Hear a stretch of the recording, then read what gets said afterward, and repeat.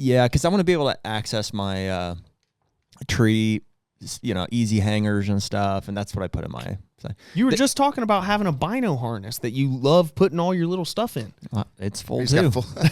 It's full too. Full of snacks. Yeah, I was just about to say goldfish. No snacks in the bino harness. Pop-Tarts. Yeah, we used to. Well, actually, it was it at TAC where we would take our binos out and just put beers in. Yeah. That's You don't need We crack it open beer and be like, goggles. He's getting into the stand. He goes to try to grab his binos, and you just hear. Yeah. See, that's another lesson.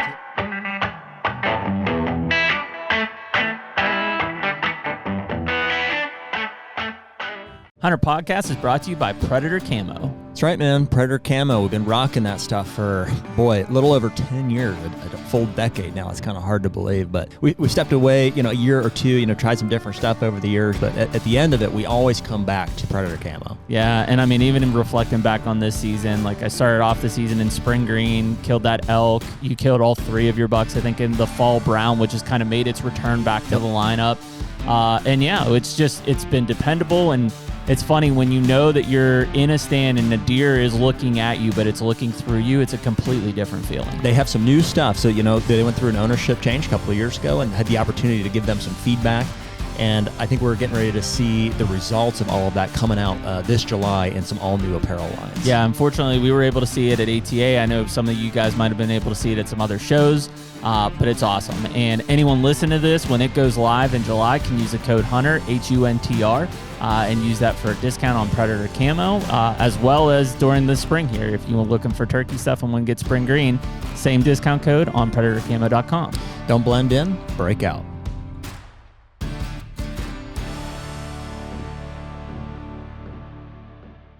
And we're back. Ew. HUNTR Podcast, episode 320. Ew. Getting deep. 320. I got creatine in this one as well. Don't drink this one. Don't drink this one. That's my piss. Yeah. No. Hey, before we get going I like here, the way it tastes. Before we get going, I will thank everybody for being here, whether you're listening on YouTube, Spotify, or Apple Podcasts. Those are the 3 main platforms that we drop these episodes on. Every Tuesday night at 6 p.m. Eastern Time. If you like, follow, or subscribe our channel on any of those networks, it will ping you, I think, when those drop. So if you've written us on Instagram DM or the website, which links to our email, I am actually working back through those. So some of you may have got a response from me. I was like 6 months backlog there on the email. So that's pretty far back. I apologize to you for some of that. It's been started for some time, and I just now finally have gotten the time to come around to those. So I'll applaud myself for that. If you were looking for a timely response, it didn't happen. It did not happen, but a response happened nonetheless. And in the meantime, we have some HUNTR merch on our website. You can use code HUNTR, HUNTR, on any of our partners' websites as well for a discount in some way, shape, or form. For the most part, if you have trouble with any of those, you guys can write us on Instagram or something. We'll try to figure that out. And other than that, here we go. Here we go. we've had with a hanging. Here we go. We've had. I was gonna say we had a run of in studio. Yeah. Here. Yeah. We try. So we're. I don't know. I guess this is dropping next Tuesday. Yeah. So we're in the week leading up to the Pennsylvania TAC event, Total Archery Challenge. Yeah. And so the cool thing about that is all of our friends are usually coming through, and we're, as AJ said earlier, we're only 40 minutes from TAC. So it's like, hey, as you're passing Welcome, through. by the way. You guys can talk now. So. Oh. Yeah, you're right. They gave us a strict no talking clause while they were doing the intro. We'll revoke that now. You're good to go. AJ Rick from Lone Wolf Custom Gear. AJ, what is your last name? Kazmierczak. One more time? Kazmierczak. Yeah, it's spelled just like AJ Smith. Kazmierczak and Florida Rick. Last name. Yeah, that's all right, it's like Madonna. Unless you're in Florida, then you're Alabama. And then Rick. Alabama Rick. Alabama Rick. Okay. Right. You're coming up or coming down? Yeah, either way, man. You call it. I don't know these days. Awesome, man. So you guys are passing through. I mean, AJ, we synced up. For back context here, you've not been on the podcast somehow. You've made it this long, right? No. This is the first one. Really? Yeah. So, but we've known each other now for two going on 3 years. Yeah. Yeah. Just met organically through the industry and stuff like that, and then coming on board full time as the media and event director for Lone Wolf Custom Gear. You guys running our stuff, and we appreciate that tremendously. And then just build a friendship off of that. Yep. Yeah, would have been through Custom Gear if I'm not mistaken. I think right? so. Like when we actually met. Was it at the Iowa Roadshow? Was when we met for the first time? Yeah. Either that or ATA? Yeah, like an ATA or Great like American. a trade show passing by, maybe. But as far as like meeting, chatting, developing a relationship, I think it was the Iowa Roadshow. Yeah. Yeah, right on. And it's grown from there. So like you said, we started, Hunter and Custom Gear. We represent you guys there on that end of things. And then we did the roadshow at our farm last year for the first time, which was awesome to host you guys. And Rick, you were not there for that, right? No. That's a long way from Florida. I know. It is. We may try to make it this year. I know. It's almost exactly as far as you are right now. Yeah. Yeah. Well, he might fly into Columbus and just hitchhike with me. Yeah, we're figuring it out. Yeah. Have you been to some of the road shows? Yeah, I would say I'm a product of a road show. Okay. Right. I mean, really, like I'm kind of knew AJ and a bunch of the guys through social media, and then drove from Florida in 2024 to the Virginia Road Show, and I got to know the guys there, and they've. And he doesn't realize it, but we were talking on the first time he was coming up. We were like, dude, there's some crazy guy coming up from Florida, and he's driving up. He wants to know if he can camp the night before because he's got to make this long drive. Turns out it's Florida Rick. Florida Rick. Yeah, and here we are, and then from there, just getting to know the guys, and then I went back to the Georgia Road Show last year. It was nice to get one a little bit closer. That's still an 8-hour drive for me, but it's worth it, man. I love it, and then just getting to hang out with the guys. They like he said earlier, they turned me into kind of their Make-A-Wish project, and so here I am, man. Did you travel up with some buddies, or you guys? No, I was by myself Florida both times. Yeah. That's a weird thing, man. I'm kind of literally like a lone wolf. Yeah, a lone wolf, right? No pun intended. All of my hunting buddies that I grew up with are kind of out of it and still in Alabama. And while I've got some guys that I hunt with off and on, they don't like it the way I do.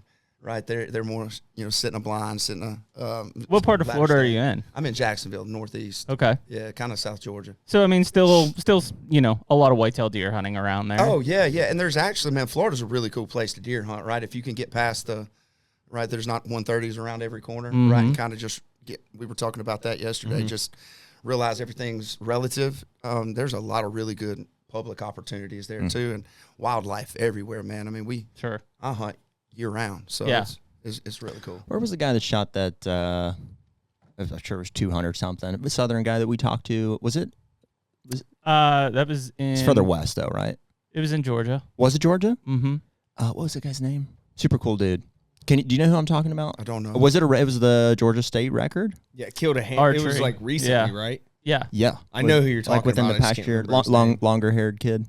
Oh, I know who you're talking about. Yeah, but I don't know him. I apologize for not being able to remember his name. But are you guys like roughly in the same area? I'm asking because I asked him a lot of questions about what the area was like down there. I'm probably a couple hours south of him. Okay. I was gonna say because he is in southern Georgia. Yeah, but I think if I'm not mistaken, he was like kind of southeast. So he's probably a couple hours from me. Cool. Yeah. So are you still very similar terrain? Okay. Are you finding that like there's any kind of an age class down there? Like I know, like you're saying, antler size is relative, but yeah. So I would say it depends on where I guess the piece of property you're hunting, right? So a lot of the Florida public land is broken up into kind of like quota units, right? So you have to draw a tag to get a specific area. I don't mean to interrupt you. Oh, don't be afraid on that, Mike. Pull it right. Got you. On you. I got you, dude. So get to know it. Make love to it. Be friends with it. Yeah, it's all good. Yeah, so a lot of them are lottery, right, draws, and those areas are really good because the hunting pressure is down to only a handful of weekends in a full season. But then the areas that are open to, pummeled, right, they're hammered, and there's no big deer. I mean, the restrictions are pretty liberal too, right? You get $3, I think, and only 10 inches to make it a legal antler. So for spread. 10-inch main beam. Oh, main beam. Yeah. Mm-hmm. So you can go in and just shoot deer, right, and not have to worry about. And there's still a lot of old school mentality in some of those. Are they running dogs down there? And there's still a couple pieces of public property that you can run dogs. Yeah. And they do it a lot in private where there's still some big chunks kind of in the center part of the state. But yeah, two of the main national forests that are probably an hour and a half at driving. The very first public land deer I killed was in Florida, and it was on one of the properties that they dog hunt a lot still. Yeah, 900 dog tags. They give 900 dog tags on that property. Yeah, on that property. Yeah, but it's almost 200,000 acre national forest. Oh wow, okay. It's big. Yeah, but those dogs cover ground. They do. I remember when I lived in Mississippi. I obviously coming from up here, there were no dog hunting. No, we just put guys in a line and ran through whatever, Yeah. And down there, I remember sitting and I'm like, hear dogs. I'm like, what the hell is going on? And then you see just like a herd of dogs just like blowing through. And Man, I'm like, it's a lifestyle, what? dude. It Love is. I've never hunted deer with dogs. When I coming up in Alabama, it had just been kind of outlawed right when I was old enough. But I remember being a little kid and seeing like all the old men in the community at the hunting club at the end of the day running dogs, and they've got 20 deer hanging from the tree and all taking pictures in their flannel shirts, and I was like, just that's crushing them with the coolest thing in the buckshot, world. man. Yeah. Shotguns and buckshot. Yeah. You said it's been outlawed? Yeah, in most of Alabama, and I don't check me because I'm not the dog hunting expert here, and I don't check those rules often, but it's pretty much illegal in the entire state of Alabama now. Really? For deer. There may be a handful of counties that still allow it, but for the most part, when in the early 80s or so, early to mid 80s, it started going away. But I will tell you, I had my first run in Alabama because we do a end of the year Alabama deer camp. Yep. I had my first This one run you were telling me about when I was at the barbershop last year? Yeah, Okay. dude. I invited myself. I was like, whatever you guys are ready to learn how to kill a... Dude, you're more than well. You guys got an open invite because it is a blast. But I had my first run in with where we hunt in Alabama. There's actually wild dogs where people just leave them off and they fend for themselves.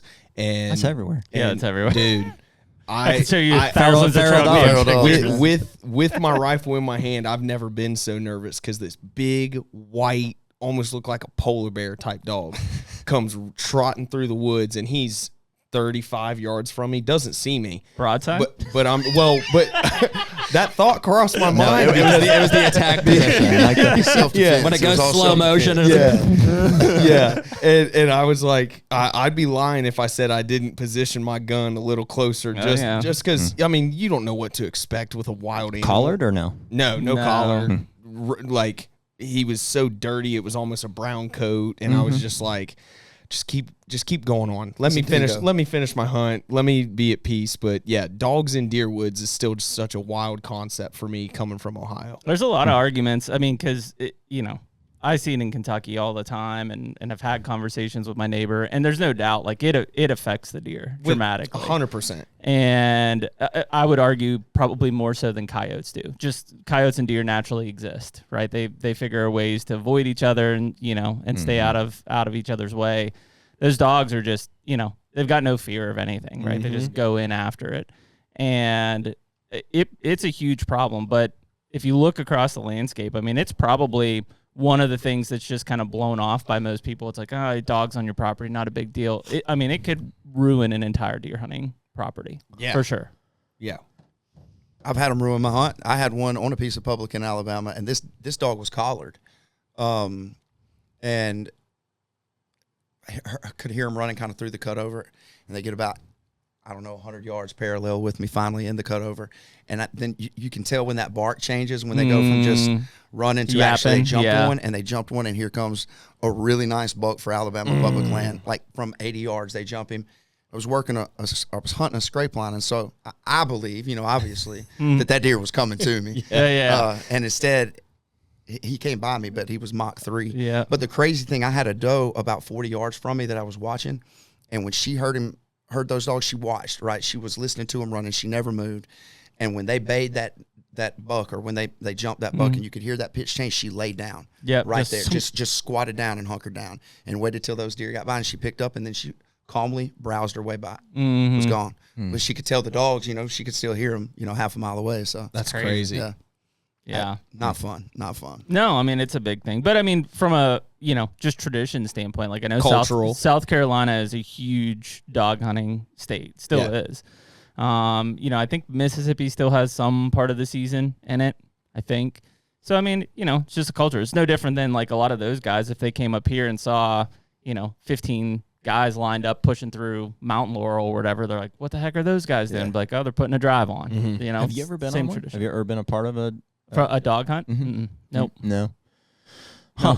And they just use it like you're pushing deer with dogs, right? Like essentially drop them off on one side, and then you have standers or posters, just like you would on a drive on the other. So you end. direct the dog, or you start them at a push point, and then you just Blow kind of through. surround count on the them area. to push them past your And shooters. most of them have GPS trackers on them now and Yep, stuff so like you can that. see where they're at. And most people are standing, and I don't know, like I've just seen like YouTube videos and stuff, but like in South Carolina, I know a lot of guys will stand on the dog boxes on the truck on a road, so they have like an elevated position, hear the dogs getting closer, and at some point you do it enough that you know, like, hey, if the dogs are 200 yards away, the deer are about to come, right? They're not going to be like right on their tail necessarily. Yeah. And so, and I think still a lot of those guys are using buckshot and shotgun.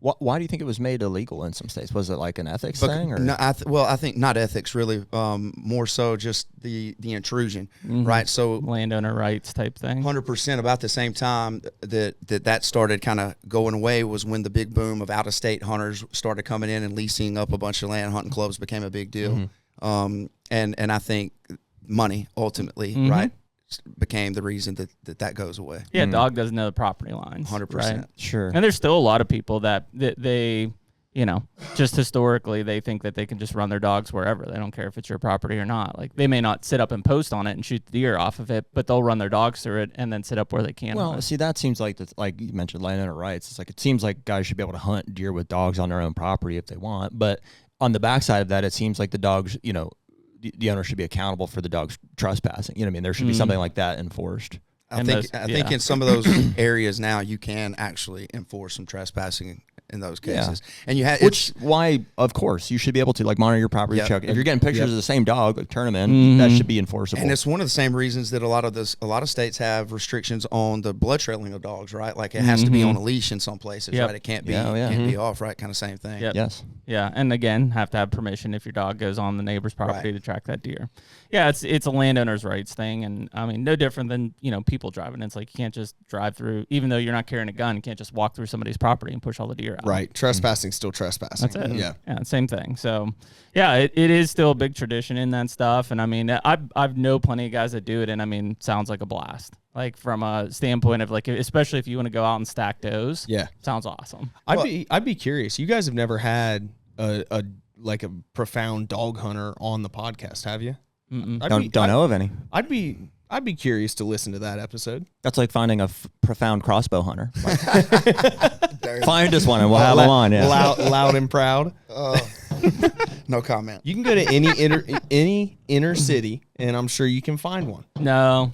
Inner city. There have been a few people, and I take it upon myself. I haven't really had the conversation outside the podcast with them, but there's a couple or a few that are willing to step up to the plate and put on the defense for it. Yeah, go to bat for what they believe in. I know there's two that come to mind. There's Dustin Hoff would be one. I don't know anything about his hunting other than he killed a freaking giant. Yeah, and what state was that?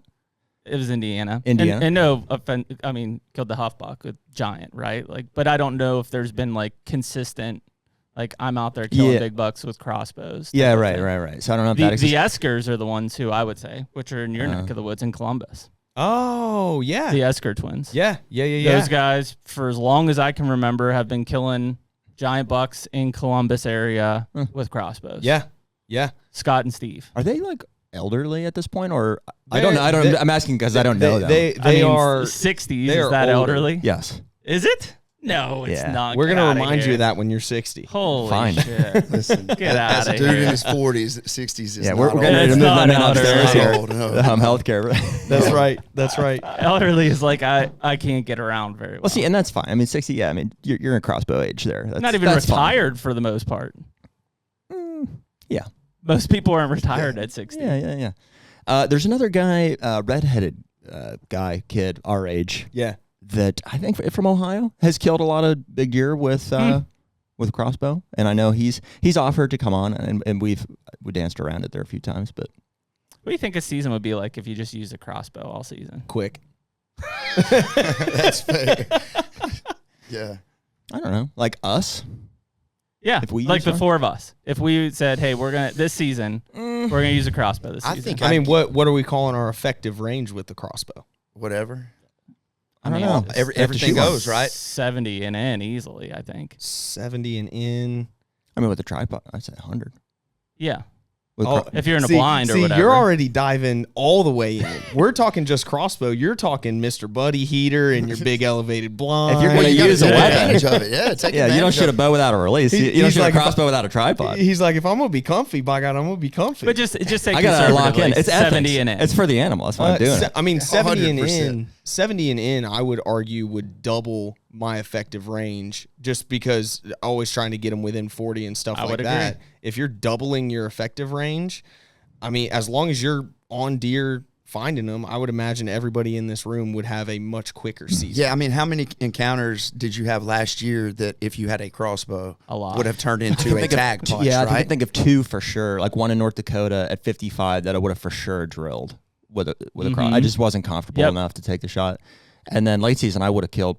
I assume probably would have killed GR8 at 47. It wasn't a distance thing. It was a cold, and it may have been a limb thing also. Right, which is kind of part of the Still part of it, yeah. It's still part of the challenge of doing it with archery equipment versus Without the archery equipment, crossbow. I can argue that I may have a 200-inch deer to hunt this year because my neighbor wouldn't have killed that 196-inch 4-year-old Oh, that stinks. at 40 yards, quarter and 2 with a crossbow. Can you use a crossbow in Nodak for muleys? That's a good question. I don't know. We drew our any deer tag for North Dakota. Oh, this Jared year. and I already talked about it. He's very excited about the new non-resident regulations. That's all right. We're going to talk about that. I did hear somebody wrote us and said that they didn't get drawn with 5 points. Really? I didn't know Nodak was so highly sought after. It's not. Well, I mean, Hasn't it been. is. I mean, Hasn't been until for recent. muleys, it is, and it hasn't been as highly sought after. But they had 900 tags available for non-resident any deer for Okay. muleys. Now it's 220. Oh, So they've cut, and that's in a matter of 3 or 4 years. Well, 2020 is when we first went. So In 21 we 5 drew, years. 22 we drew, and we canceled because of the drought. So we drew 3 years in a row with No 0 points. points. okay. And then 3 years in a row we didn't draw and stack points every year. so between winter kill and drought and EHD, they start, and good for them, right? I mean, cutting down the tags like that, Right. I would assume we're going to go in there and it could be the best time that we've ever had in North Dakota. Yeah. Because those first years, I mean, you had high numbers of tags and people were just everywhere. They're trying they're to build everywhere. that age class back up, and They were build just the trying to build deer density population. back up. That's all. That's kind of what's going on in Ohio right now, because obviously, you guys know about the EHD got southeastern smacked. stuff, Mhm. and I think 3 counties for 2026 are 1 deer 4. period. Wow. Doesn't matter if it's a buck or a doe; it's 1 deer for the entire county. Yeah, I think it's I don't know if the exact regs, but I think it's Athens, Washington. Hawking, Is Hawking in one? I thought it was. Morgan and Meigs. Oh, okay, then not Hawking. I think it's those 4. Yeah. I don't know about Meigs. That's where I'm at. I'm not sure what the rig side is, but they got I've heard mixed reports, because I've talked to guys that either live down there or have property down there, and they're like, I didn't find a dead deer one on my property. I think this is so dumb, and on and on and on. And then I talked to other guys, and they're like, yeah, I walked a span of 50 yards and there was 3 dead does. And it's like, They did a really good flyover with their flare system? their flare system on the helicopter in March, I think. Mhm. Just purely looking at density, like what's the deer density. And they put out a really awesome map. And basically, if you look at the eastern side of like Athens, Washington, Meigs, like everything there is like under 20 deer per square mile. But if you look at the western side of those counties, they're mostly in the 50 to 70 deer per square mile. That's huge. So you're just talking about that's general, right? I'm sure there's certain farms that didn't get hit. There's certain farms that did get hit. right. Like my farms on the western side, I think I know for sure, not for sure, I didn't find them. I assume that there were 2 bucks that were 5 years old that died from EHD because I never saw them again after August. And one of them was a pretty good home body. But all of my other deer, like I just told Jared this morning, like I think one of my 5-year-olds just showed back up last night. Love that. So, I think in the areas that got hit, the next 2 years, rough. Mhm. But 3 to 4 years down the road, I bet they produce the biggest bucks that they've seen in decades. Yeah. That from a southern guy's perspective, Where you like, get 18 tags. Well, no, the whole EHD CWD thing, right? That's not anything that we've ever really had to deal with, right? So it's fascinating to me to hear y'all having to deal with that as just an added challenge, right? Not only do you got to worry about finding a deer, you got to worry about him staying alive from hunters, Yep. disease, crossbows, and disease, and it could completely change everything. I've never had to deal with that. We've had very few outbreaks or even CWD, I mean, there's only been a couple deer or one deer that I know of in Florida that's been tested. It was like a roadkill deer type of thing. That was like just a year and a half ago or so. And then from an EHD side, I mean, what a lot of us in the Midwest and in the East are striving for is what the South has, which is most of those deer are resistant to it. So like when I lived in Mississippi in 2007 and I think 2012, like we had massive outbreaks down there. But I'd say 70+% of the deer survived. Like they look like shit during the summer when they had it. I mean, droopy ears, skinny, but then ribs showing. Yeah, but then they rebound out of it, right? They come out of it. They survive because they can tolerate it. Our deer up here can't tolerate Not shit. built for they it. get it, they're dead. Now I do think that we're getting to the point because I think 2007 or 8 was the first time it came in, this general area, Ohio, Illinois, Iowa. So, I mean, I think you're getting to the point where there's probably some deer in the herd building a tolerance to it that may get it and not die, whereas 10 years ago, they were instantly dead. Right. So but does that take 5 years to build? Does that take 50 years to build? I don't know. And I think that's the big concern in Southeast Ohio, as it is in Iowa, because I think Iowa got hit like back-to-back years here just recently, is like, do those deer build tolerance to it? So if it pops up again, and it probably will, more deer survive, or does it just keep pounding them year after year because they haven't built a tolerance? We don't know. That's one of the big research things I think should be conducted that isn't right now by some university. I don't know who wants to do it, but why don't you start it? No.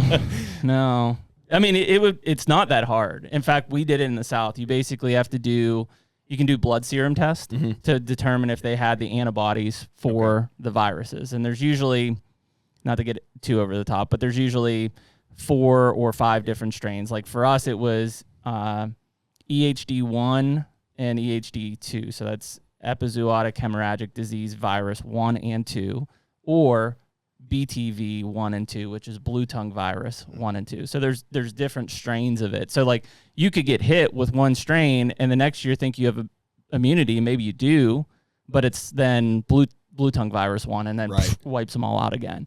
So you have to build the tolerance to the different strains. But when we were doing it, we were sending off blood serum samples to test that, but we also were given in our research pens, we were given like an immunization to it twice a year.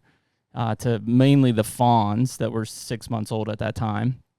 And, but you're, again, also in the South, this has been happening for, I think, decades, so they have just built a natural tolerance to it. Yeah. I think you'll see that at some point up here. I know EHD is for sure, to your point, like you walk 50 yards, find 3 dead deer. That seems way worse than what they're telling you about CWD. Right.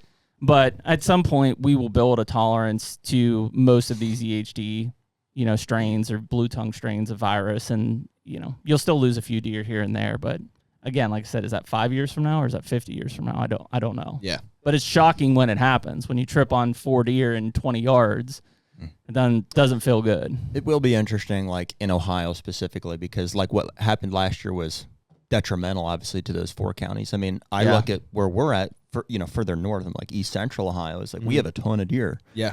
I don't know, in Columbus, I mean, would you say the deer numbers are You've been getting smoked, though. Very high. Yeah, density's good around. You guys do get a healthy dose of EHD, though, like every year, don't you? So actually, the farm, one of the farms that we hunt is about an hour south of Columbus. Love that crack. Let me see. I'm going to go for one here in a bit. Let me see grape smash. Let me get that grape drink. It's pretty good. Get some of that.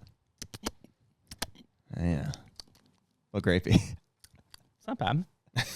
He hates it. Well, it's What? No. it's sweeter than I imagined, I guess. Yeah. It tastes like a grapey cup. With no sugar. For those of you listening that can't see this, it's a Form Energy Grape Smash, and I love it. Grape smash. But anyways, yes, our southern farm that we hunt outside of Columbus. I mean, it was so we found a dead deer on a state park last year.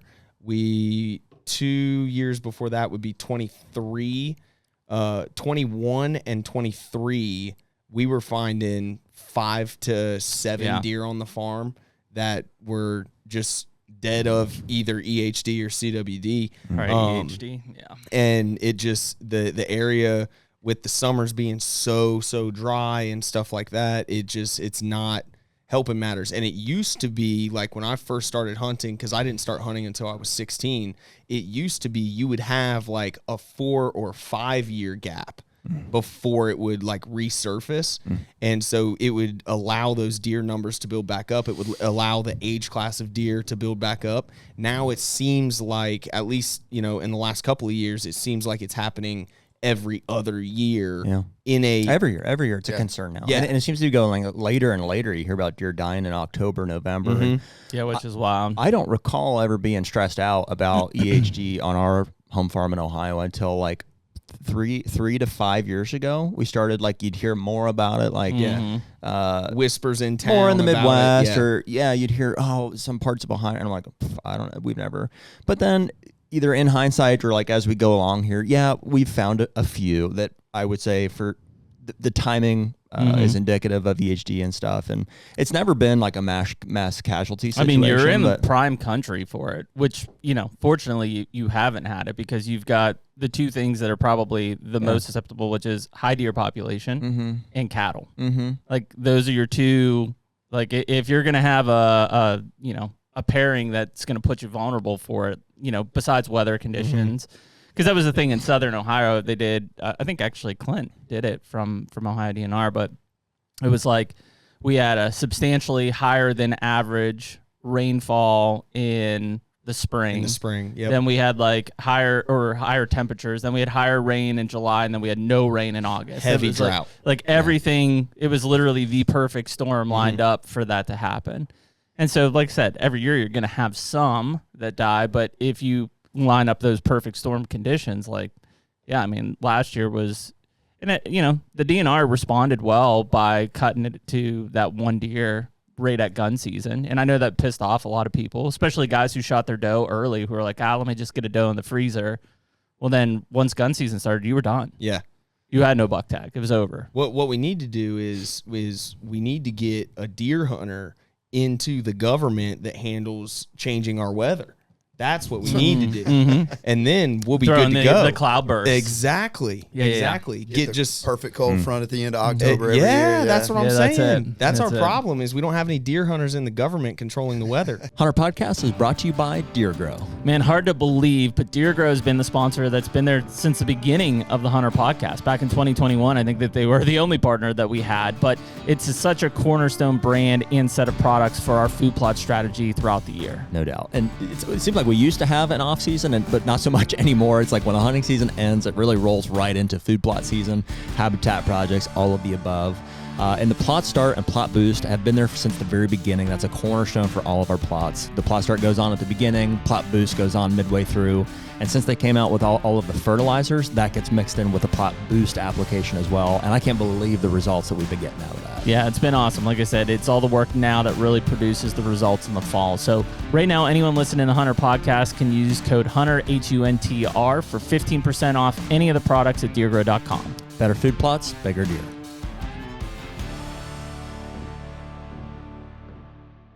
Does it not seem like we've had pretty good weather during the deer season the past couple of years? We've had the cold fronts. From a disease standpoint, during the growing season, we've had some rough droughts. Very rough. Our food plot, like the last 2 years have been droughty. Like brassicas have been like non-existent the last 2 years. But like you said, as far as like timing up cold fronts, we got like. Doesn't it seem like it's like every weekend? Here comes another cold front. We got like a really good cold front beginning in November this past year. Like a really good one. Yeah, it's been good. Are you guys both like what do you do for? I don't mean to deviate. I'm going to come back to our conversation. What do you do for work, Rick?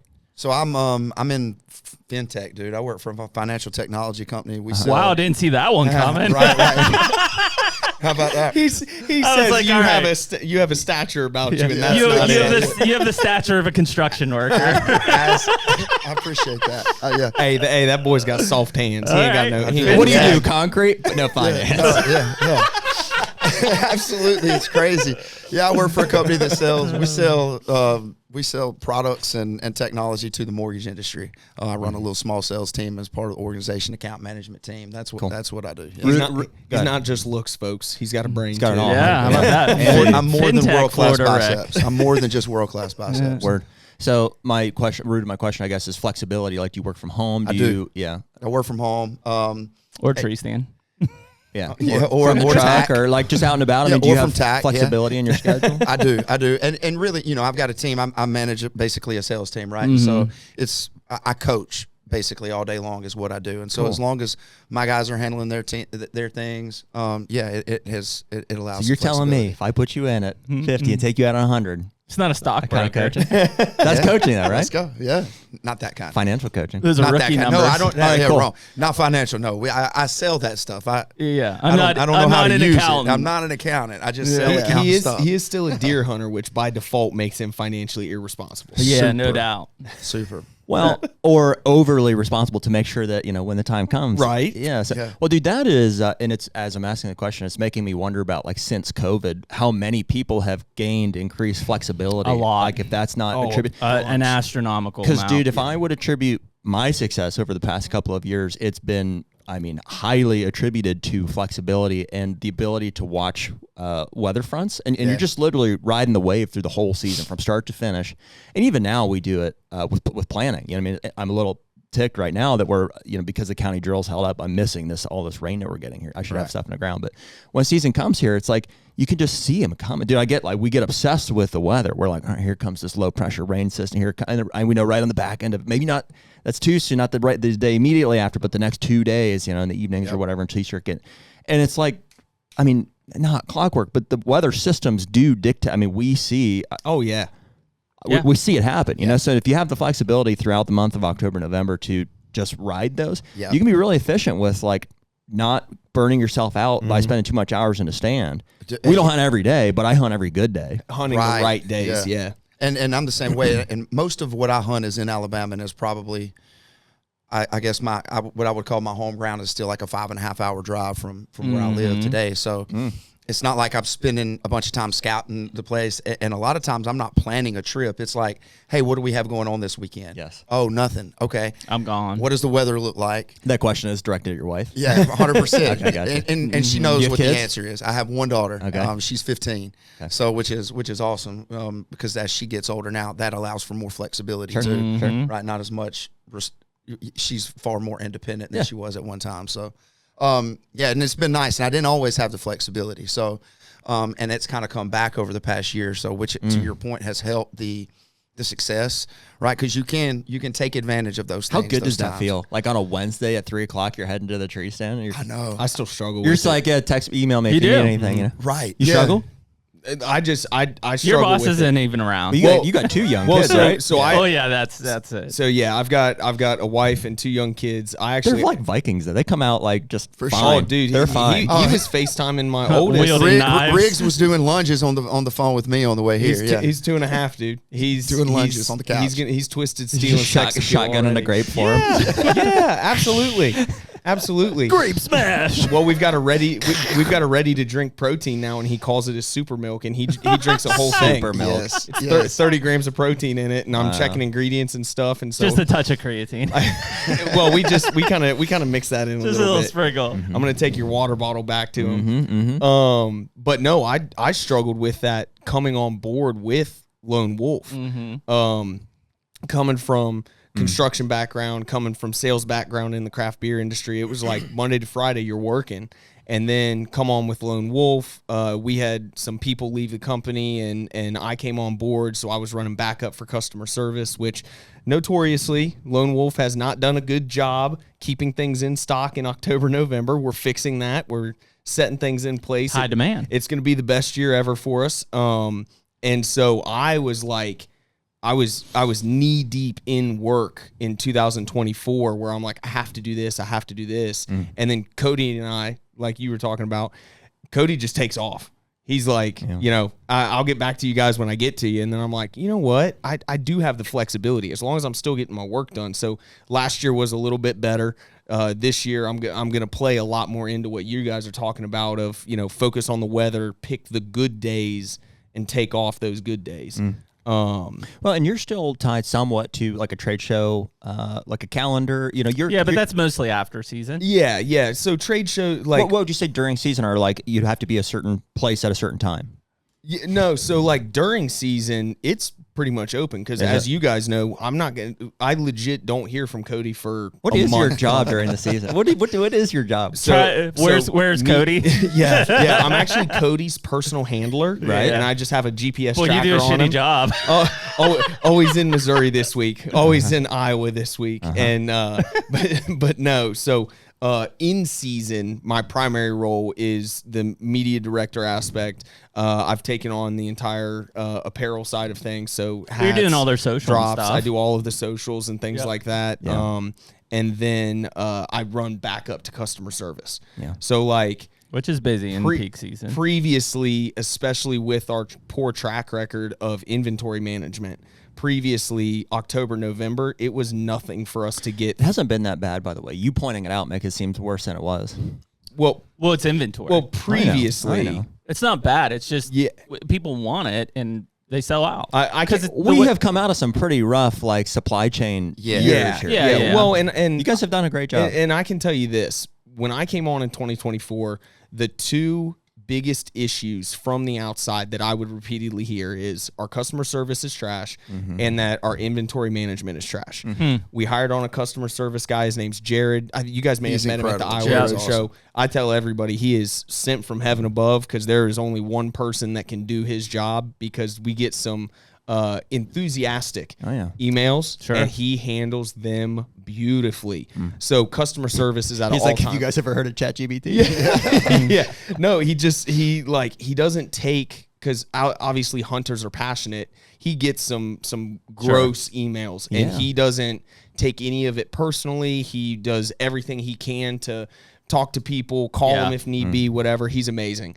So customer service, check. It's at an all-time high. Nice. We just hired on an inventory specialist, just did a full inventory of everything in the warehouse, checking all the dusty boxes and stuff like that. Her name's Raina. She has already ingrained herself into the team, which is why I look for this year to be the best year ever for us, because it used to be we run out of stuff. Oh, crap, place a rush order, and it's still going to be 2 months down the road. Yeah. She's now putting steps in place to where we're catching that with 10, 15, 20 items left so that we can place the order and keep it rolling. So, which hopefully means I won't have to cover as much customer service. I'm wondering to myself, who has run inventory in the past there? You don't have to answer that question. That's a good question. That's a good question.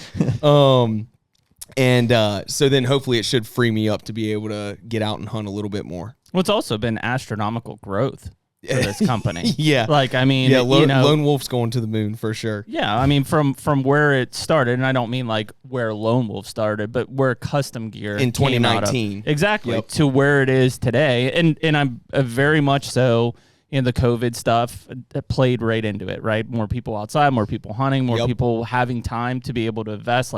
Maybe I do want to scout more. Maybe I do want to hunt mobile more. All of that played into it, but I mean, it's been astronomical growth. And so that, and any company, including like the supply chain stuff you talked about, is going to have trouble, dealing and handling with that. Yeah. Raw materials right now is something we're dealing with as far as, price increase on that. Everything is getting more expensive. But to your point of the astronomical growth, we still haven't even touched where it could be. Rick just came back from the Florida Outdoor Expo. He was helping out the bow company that he shoots for, and he was down there talking with people about mobile hunting and platforms and mobile, and he's like, he was saying that people were looking at him like he was crazy. They'd still educating. Yeah. So many people what is a tree saddle? I've heard of this. How do you actually use this? Right? Where do your feet go? And so as far as where Lone Wolf is and where Lone Wolf can be, I mean, I look for us to continue making big leaps and bounds. Well, dude, from a product development standpoint, at least on the tree stand side of things, I think there is more innovation in the saddle side of things. We're not as plugged in on that, but from a tree stand aspect, there's nobody even trying to compete with Lone Wolf. There's not. They are. There's people trying. Novix. Yeah, but Novix doesn't have anything close to a 0.5, right? I will say this. I don't know exactly what they have, but I would say that they are trying to compete. I think XOP still hangs around, and that obviously there's bad blood there. Have either of those companies innovated anything beyond what Cody and Andre did with the original? That's what those stands still are, right? Right. They've changed, but I don't know. I don't know about I don't know the models. There are companies out there, because that's another side role of the mini hats that I wear is keeping. My job is to keep up with what everybody else is doing, to make sure that Cody and Andre, who for all intent and purpose live under a rock, outside of developing stuff. My job is to relay what's going on to them in the space. There are companies that are using different materials. There are companies that are competitive with us in the weight side of things. And there are companies that are very competitive with us on the pricing side of things. However, as far as total package, I don't think there's anybody that is playing in the same game that we're playing. I mean, it's still a saturated market. Oh yeah, without a doubt. I mean, you look at the average individual, right, that doesn't know anything about the industry. They're going to go to Cabela's and Bass Pro and just buy whatever tree stand is there. Sure. I mean, you've got legacy brands that have been in Bass Pro and Cabela's for years. You've got all these new they're under $100. Yeah. Cost $30 to make. They sell them to Bass Pro for $55. Yep. And that's why things like trade shows, things like the road show, things like Total Archery Challenge are so important for me personally and for the brand, because with us being a direct to consumer brand, for me to tell you, hey, this is an amazing tree stand, but it's $100 more than whatever this tree stand is. It's tough, but people.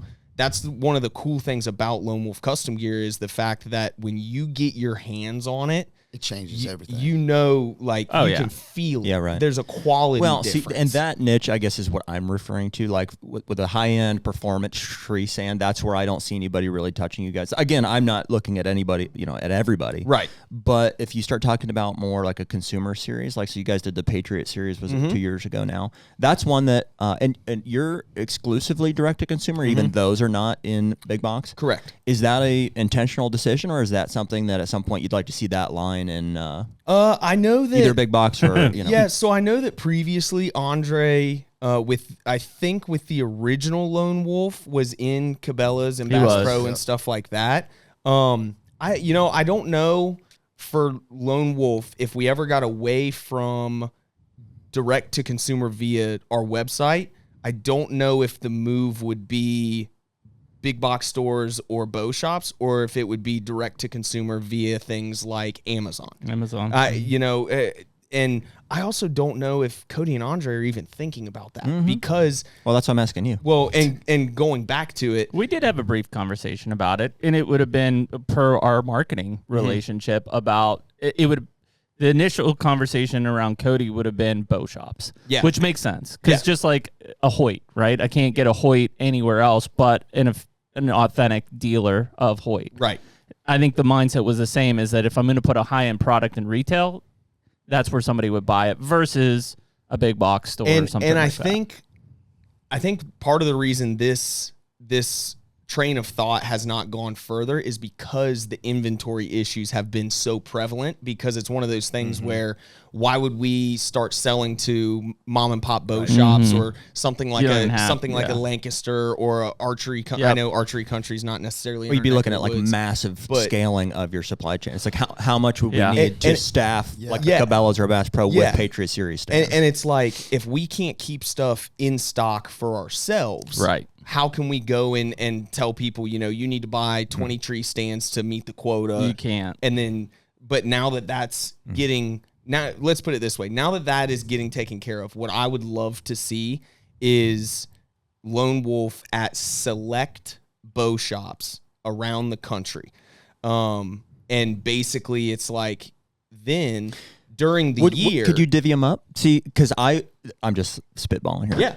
I could see custom gear in that situation. That's where I'd expect to see. If I go to my bow shop, it's high end. I'm, technical stuff. Yeah, here. and if I go to a big box store, I think you could see the Patriot Series stuff there. Yeah. And do we feel like it could compete at a price point without some of those other brands that we mentioned? They're just big box models. Yeah. And that's something that I think would be really cool, because then even if we're outside of event season, someone calls in, they're like, hey, is there anywhere that I can like feel your product and see it before I spend, you know, $1,200 on a setup? And it's like, oh, well, you know, we're in Pennsylvania, so I'll throw Lancaster. Oh yeah, stop over at Lancaster. They've got a whole run of stuff, you know, whatever. And then we select what bow shops that we want to keep, almost like an exclusivity so thing. Talk about it from like a price point standpoint. How much does it cost for like not cheaping out? If I want to go for a really good run and gun, you know, custom gear set. So I want like a 0.5 or a 0.75 with 4 sticks to go on it. So let's break down my. And then the next question is going to be a Patriot Series. What's that kind of? So let's break down my personal setup. Right, I got 4 micro doubles, 2 cabelators, 0.5 with a medium seat, and a half pack. Okay, so half pack you're looking at $250. 0.5, we just updated pricing. I think it's $6.99. Half pack for listeners is a pack that pairs with the stand. It is what I feel is the best mobile hunting backpack. That's what I run. Yeah, you run it. That's ours. Yeah. The one that the small one. You can use it as a backpack or a sling back. No-brainer. I mean, the best whitetail pack on the market. Agree. Awesome. It's amazing. I need an additional lunch pail pack for the all day rut sets, but it is awesome. I run it all year long. Hey, just get one of those plastic tackle boxes. Throw your lunch in that. Hook it underneath the underside of it. Okay, right there. There's that secret Do under you have compartment. a pail like that? Don't worry about what I'm doing in the woods. I'm trying to learn from you. You got to show me how to do that. Yeah, I can show you how to do that. I eat a big lunch. That no doubt. He also goes through a whole bunch of thermoses because he keeps peeing in them. Yeah. I still do if I. Yeah, but that's just because he likes the taste. It is. Yeah, right. Guess they hydrated me. I would never share one of his glasses. Yeah, those are long days. But anyway, so you know, $150 per stick. I would say all in my setup, you're looking at $1,300 for quite literally the last mobile hunting system you will ever need. Right. That's part of the generational promise that we have. You know, that is one aspect. Is there a warranty on any of the custom gear stuff? That's one aspect to your point of what separates us. We are the only company that has a lifetime transferable warranty. Wow. Which means if I buy the 0.5 and give it to you and you sell it to Jeremy and Jeremy sells it to Rick and something happens to the metal while Rick has it, all you do is take a photo of it. We can identify that it's our stand, and we'll fix whatever the issue is. Damn. Wow. So the idea that Andre came up with is I want my grandkids to safely be able to use this equipment as well. Mm-hmm.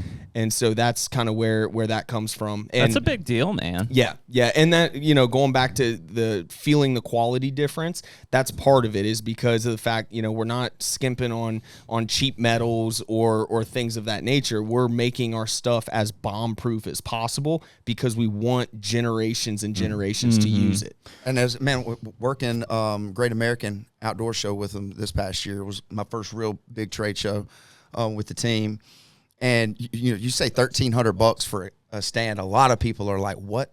Like, yeah, because they're used to paying $150 at whatever Walmart. Bass But the Pro. moment, the reason I think being able to have it in a bow shop or being able to get your hands on it, the moment they touch it and see how everything seamlessly integrates together, they feel the quality, they hear the warranty, man, eyes light up and they're like, that $1,300 doesn't sound as bad as it did. It's a completely different category, right? And that's no knock to like the fixed position type stuff that we've used, but when I'm putting 20 fixed positions out for my dad or my kids or whatever. That's where most of us are coming from. It's like, well, I don't know, I've got 20, 30 stands out there that I haven't figured while I'm talking to you in my mind that I probably did pay $2,500, $3,500 for all of those combined over the years, and I have to go maintenance them all every year. Well, and so it's a different thought process. It's funny we got to this because that's actually one of my my not marketing incentives, but one of my marketing topics at this time of the year is explaining to people like, hey, get your setup now so that you're not going on Facebook Marketplace and then you're buying 3 tree stands for $200 and Yeah. 3 tree stands for $200. And then by the time you get to season, yeah, you've got a bunch of permanent sets out there, but you still spent the same amount. And or honestly, close dude, to 2-3 it. years later, after neglect, which we all do, They're trash. Yeah, they're Yeah. trash. You're gonna throw them Yeah. away, Or they're growing into the tree or whatever it is. With our stuff, you set it up and take it down in a matter of minutes. Going back to your point, Rick, and your point, Jared, another thing that separates us and makes us a bigger player or the player in the space is no one has developed a system like ours. Yeah. Everything integrates. The housing brackets for the sticks are milled or laser cut into the tree stand itself.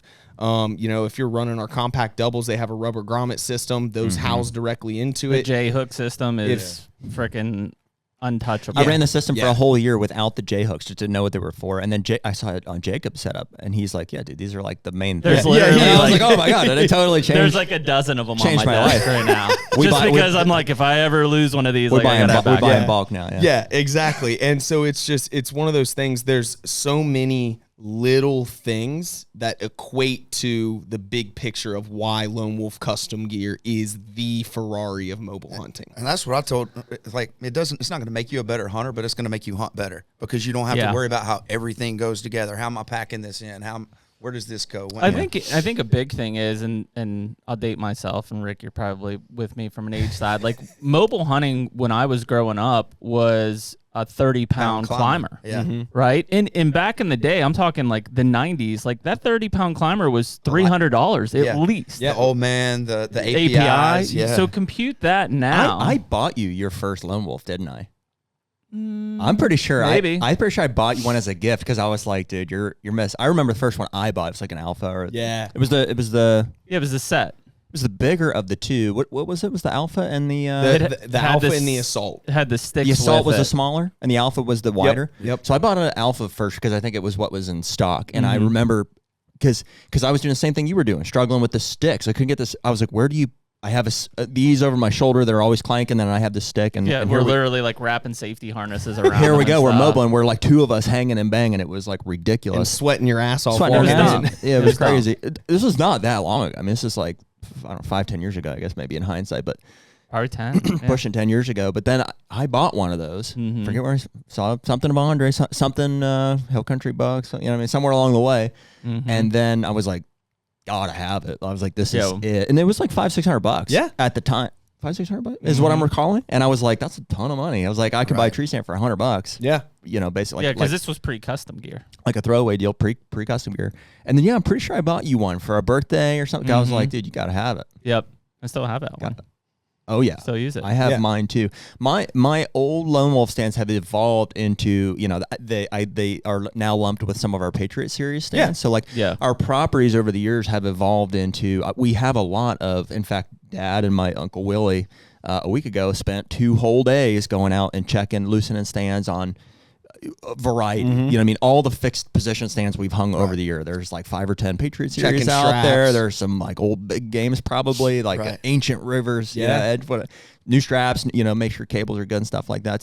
So we have that, and there are spots that nobody can argue. I mean, there's spots that are just Right. good every Yeah, year. it's It's- just big rut funnels. and or there stuff is like nothing that. better than climbing into a pre-hung set. I mean, It is that, you know what I mean? nice, That's yeah. what you want. However, I always have 3 custom gear setups, and they're like my staple. And so I always know, like, if it's not one of those, you know, if one of those spots is taken, or, you know, if I need to make a move, and I don't hang stands in certain spots for a reason. Like if there's guys, you know, Yeah. because they'll get hunted. Guys, Right. our guys will hunt them. You know what I mean? And it's not that I don't want them to have success, but Yeah. it's just, you know what I mean? There's a time and place to be in there, and I trust myself to know when that is more Well, I mean, than I would- anybody else. You know? I would think about it in like, and it's probably been at least 3 or 4 of the last bucks that I've killed are within eyesight of a permanent stand. Well, and It's a micro movement. Yep. Well, I killed 2 from custom gears last year that I hung and killed within a day, and I killed one out of a ladder stand that we hung. The Well, prior year. and to your point, with the permanent sets, you're type of individual, and you're type of individual that you're always looking for that edge. You're always looking to make changes and stuff like that. When I first came into the custom gear ecosystem and I got my 0.5 and stuff like that, I had permanent sets up around the property. And I would find myself leaving the custom gear because I was running late or I needed to get in quick or I thought or I would just go to what was comfortable. As soon as I took all of my permanent sets down, it totally changed the ball game for me because it opened up my eyes to, one, I can get into any tree on this property that I want to, and two, instead of just going to where it's comfortable because I'm running a couple of minutes late or I'm used to this or whatever.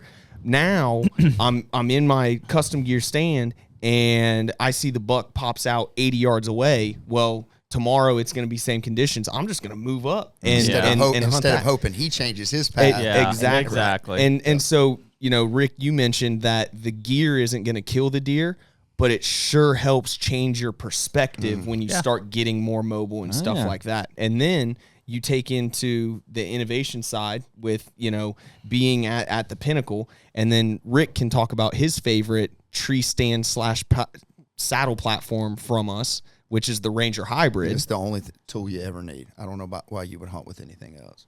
The hybrid. Hunter, I love it. I love it. So, I was hoping. Well, if you're in a saddle, right?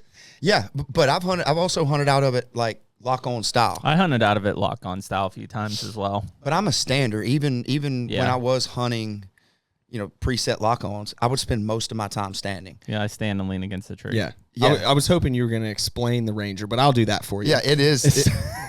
He said it. It's the only one you ever need. It's the Cadillac. What else do you want? There's people listening that probably don't even know Lone Wolf custom gear. But it is the only true hybrid saddle platform. So it is a saddle platform base, extra large base for plenty of foot room.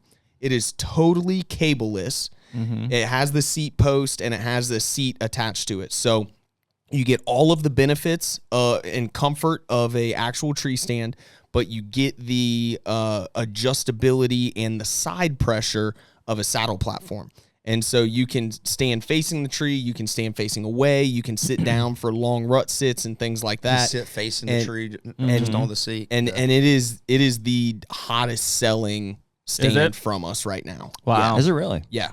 Yep. The platform is, because obviously anybody that's seen a saddle platform, the immediate thought is like, there's no way that I could put both feet on this platform, right? Yeah. An average saddle platform, right? It's basically like you're just putting like the sole of your feet on it and the heels are off.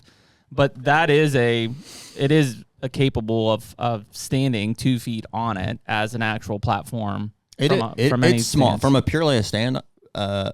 If you're not hunting with a saddle, it's small. It would not be my go-to if you're not going to saddle hunt. For sure. I agree. For sure. That's what the 0.5 is for, because it's 4 to 6 inches shorter, like on your a toe length, but it's wider in terms of true length. It's wider at the base, which means you can still turn around. Like I wear my tether now, like it's only this long. I don't wear it high. It's like waist high because I don't need all of the rope to help me pivot and get all the way around the tree. The platform's wide enough at the tree that it allows you to just I can shoot 360 without a harness. Let me ask you this: without a saddle. What are you gaining by hunting with a saddle out of a hybrid versus let's say a 0.5 without a saddle? So for me, it's the width at the base of the tree.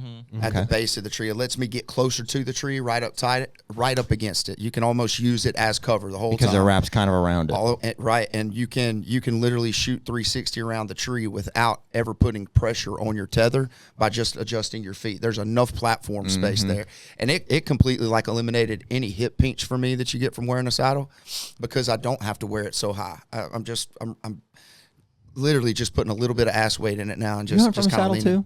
So I have a Ranger and I have a 0.5 and I use a saddle as my primary safety harness. The main thing I think about is I hate extra bulk.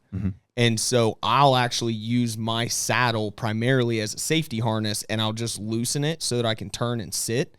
The way I always look at people and the way I talk to people at trade shows is if you use a saddle and you primarily stand, go with the Ranger. because then you can get into bigger trees and you can still get around because you can put side pressure on it. The Ranger platform is more, which I can see. I can see with a saddle on. I can see why the wider platform, like the angles from would be an advantage. Yep, and the construction of the platform for the Ranger, it's more circular, almost like a half circle. Yeah. Whereas the 0.5 is more of a tree stand, more of a V-shaped tree stand. And so if you primarily sit, which is what I do, if I'm standing, I'm moving and stuff like that. So I sit and I force myself to just be still. If you primarily sit, use your saddle as just a regular safety harness and use the 0.5. Let me ask you this, just product development, hypothetical here. What if what if on the 0.5 you just just did that? Like an extension? Yeah. Off the side? Just making it wider. Yeah, just extend the front, make the rear end of the 0.5 like the... You'll have to lose some. Like the Ranger. You could do that, but then what are you going to do with the cables? Are you going to leave them exactly where they're at? And then you have to step over it? Which is, there is a competitor that's got one similar like that, and their cables are in the middle of the platform. Yeah. And it's all in your way. Yeah, I was going to say that's a Novix one. I also would say there's a liability in not having a point of contact on that platform. And you're also in terms adding of weight lifting to your it. foot up off the platform to get around or over something.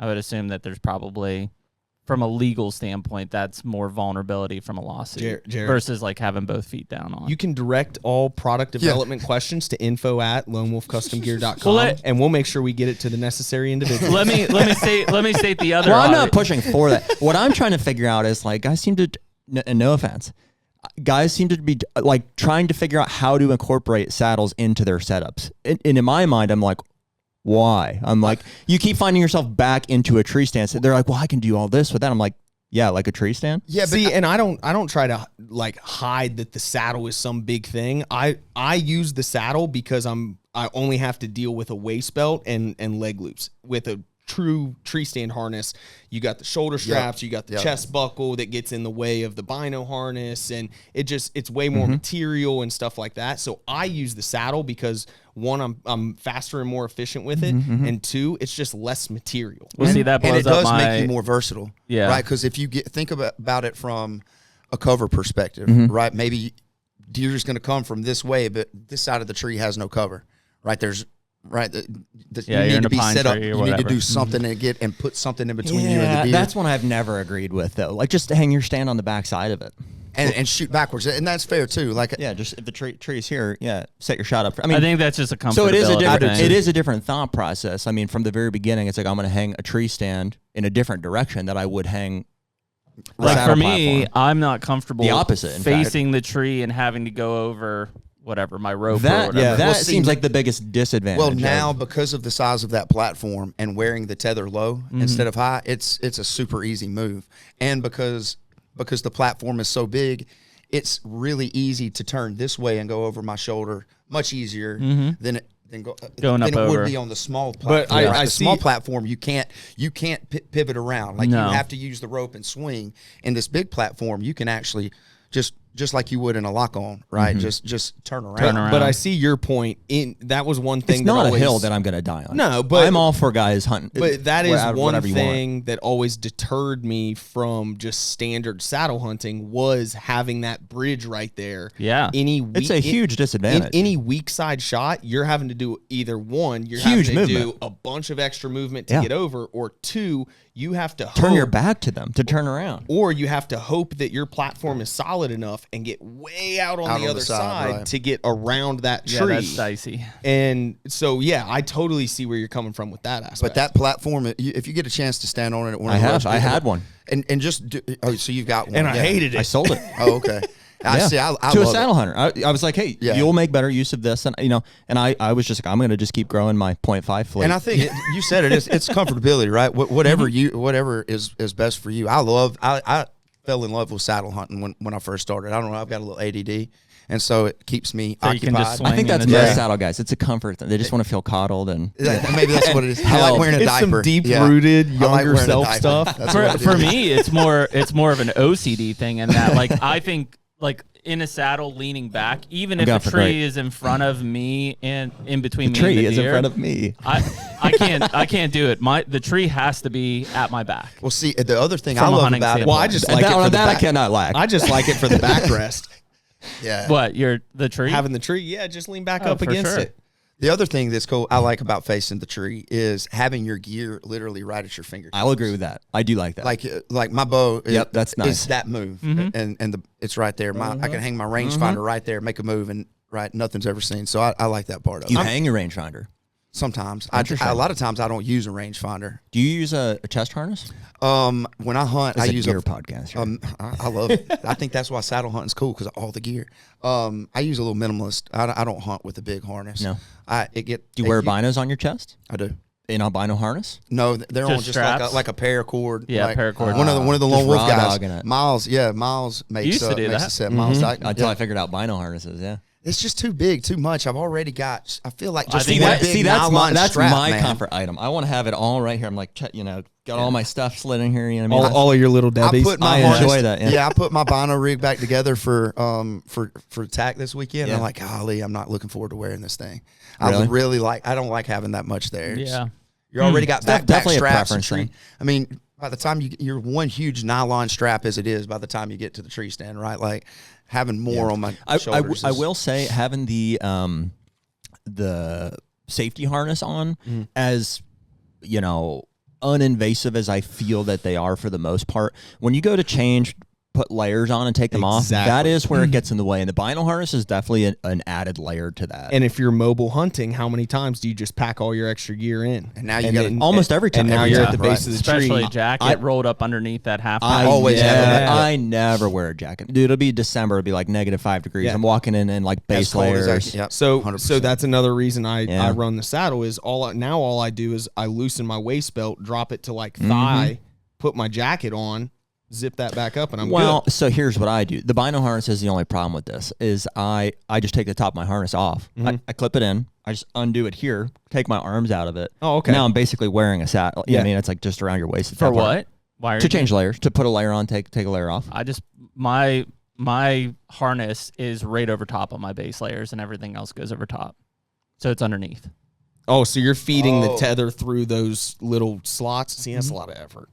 It's already. I mean, so then I put It my is. jacket on. I just throw it through there, and I'm done. Yeah. Versus like having to take anything. one layer, fine. I won't even do that. I'll just put the layer over and I'll zip it up to under my bino You're harness. actually wearing your mankini into the woods and then putting everything on once you get full nude, yeah. Yeah. His, Dragging his a purple slug up people through the eater. creek bottom. He's like, I But get listen, hot walking in. If Yeah. that's one thing, but if you're gonna put 2 layers on, like if I got a vest to put like a down vest and a jacket to put on, Yeah. I'll undo the top. I'll take my bino harness off. Yep, I'll you hang have it. to. I'll put one vest on. At that point, it's already off, so might as well put both layers on and then put both out. And I do it. This conversation Kind of a pain in the butt, is a prime example that there's no one way to No. hunt To do or it. pack stuff in or things like that. I was going to advocate for Lone Wolf to make a full harness because I don't like anybody else's right now. You don't? See, and this would be where I would say, you want to like, be a why product would you- developer? I just want to What do light. you wear? What do you wear now? You still wearing your my muddy? muddy? You don't like it? Why not just wear it? Why not just wear like the ghost harness, like AJ's talking about? Just something waist? very Because we small. can't Yeah. keep it in stock, Rick. Stop talking about it. Well, a harness like that, right? And Yeah. then you eliminate the shoulder straps. You still get the same. What is it? It's just like a waist. It's just a waist belt. Or even just wear. I tell people all the time, like I used to wear just a lineman's belt. Even but if that's I- kind of I what used it's to wear like. nothing. even if I used a 0.5 versus the Ranger, I'd probably still wear a saddle as my harness, as your harness. just for because again, it just adds versatility. It may be just be a comfortability thing too, in that like for the last 15 years that I've been wearing a harness, it's always been that harness. Why? Well, Let and me ask you whatever's this. muscle memory is going to be the fastest thing for you. Would it benefit you guys to have just a loop, like a weight bearing loop on the back of your saddle that you could hook up to as a harness? Sure, you could Because the only problem Oh, with I see what you're the only saying. problem with what I'm perceiving that you're talking about is like you still have things connected to your front that want to be in the back. yeah. So if you just had a loop back here, could you just move your carabiner well, back? But it I slides, think- it slides with that bridge so far that it never really is at your front. Yeah. I think the reason we don't do that, and I'm just totally guessing, I think the reason people don't do the back loop on a saddle is because of the danger of if you fall, you're more top heavy and you're tumbling. And then all of a sudden you're upside you're down. in deep shit. Right. Yeah. But to your point, I do, obviously we're all in the industry and stuff, and so we have friends and stuff like that. I will tell you, take a look at my buddy Jordan Malta Dynamics. They just came out with a minimalist style standard harness. So something Malta, like MALTA. you got it. Cool. Yeah, I will. And what's cool is they come from the construction lineman background. Yep. And so they have a fall restraint system. It's like a pack, so that when you fall, that just pack releases, breaks, and it helps absorb that kinetic energy. HUNTR Podcast is brought to you by Hoyt. Another year with Hoyt bows. I'm still in the aluminum. I'm shooting the AX3 this year. You're in the carbon. RX10. And again, man, Hoyt has just been so reliable for us year after year. Why would we go anywhere else? Dude, I swear, they just keep making them better. You know, refining that Redworks model. And we had the honor and the privilege of getting these bows early this past season. So I think it was early November. We got them in hand. Literally took it straight to the field, and I shot all 3 of my bucks last year with this RX10, and couldn't have been any happier with how it performed. And they also keep getting simpler for us. This year we've got the XTS system from a tuning side, just a couple turns with the Allen wrench and shooting bullet holes through paper. Get serious, get Hoyt.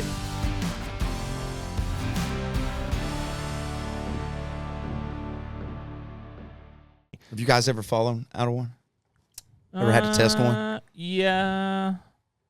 Yeah, I've fallen out of probably stands, hanging not with- more than anything. Actually, I didn't fall out of the tree, but I had one slip out from under me, and that's when I partially tore my rotator cuff because I caught myself on a limb, and it just.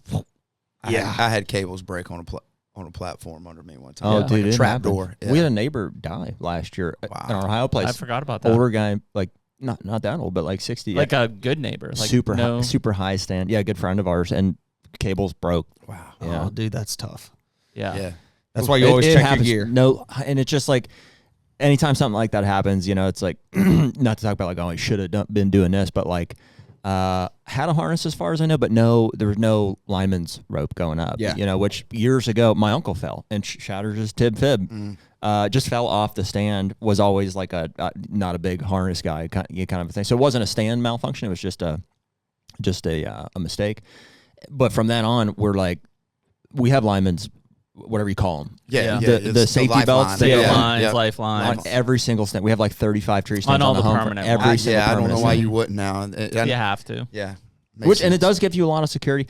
And honestly, dude, it's like wearing a seatbelt in a truck. Like I used to be like, you know, you think you're like gay for wearing a seatbelt or whatever. Ego, yeah. But now I'm like, oh, dude, how did I feel so much more like I can maneuver. It's the same way in a tree. I mean, like, I'm guilty of hanging most of my lone wolves without any connection to the tree. Man, I think back to how I used to hang stands like Just growing like up. fast putting up sticks. I'll do it. Oh, I'm not man. going to inconvenience my, or in some cases it's like it's unsafe to like take the steps necessary. It's like just get the thing on. I won't get into the stand, but until I'm attached. But at least like sticks, like I'm flying up and down the tree putting sticks. The up. sticks, Right. Or hanging them here. The stick. You're like, I could take that fall. Yeah, 10 foot. I have taken it. Yeah, I could take that fall. I can jump from here. Yeah. yeah, but That's the real reason Cody only goes 2 sticks high. We're Afraid of heights, we we're know. convinced We he's know. scared of heights.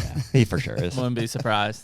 Yeah. No, I don't need to, man. Well, that's cool, man. That's funny. It's an ever evolving like. There's no perfect system for. I think we all have something that like works for us, you know. But even the fact that my jacket is unzipped half the time, I'm like, is that the best way to be doing it? You know? Right. Because I'm too lazy to take my bino harness.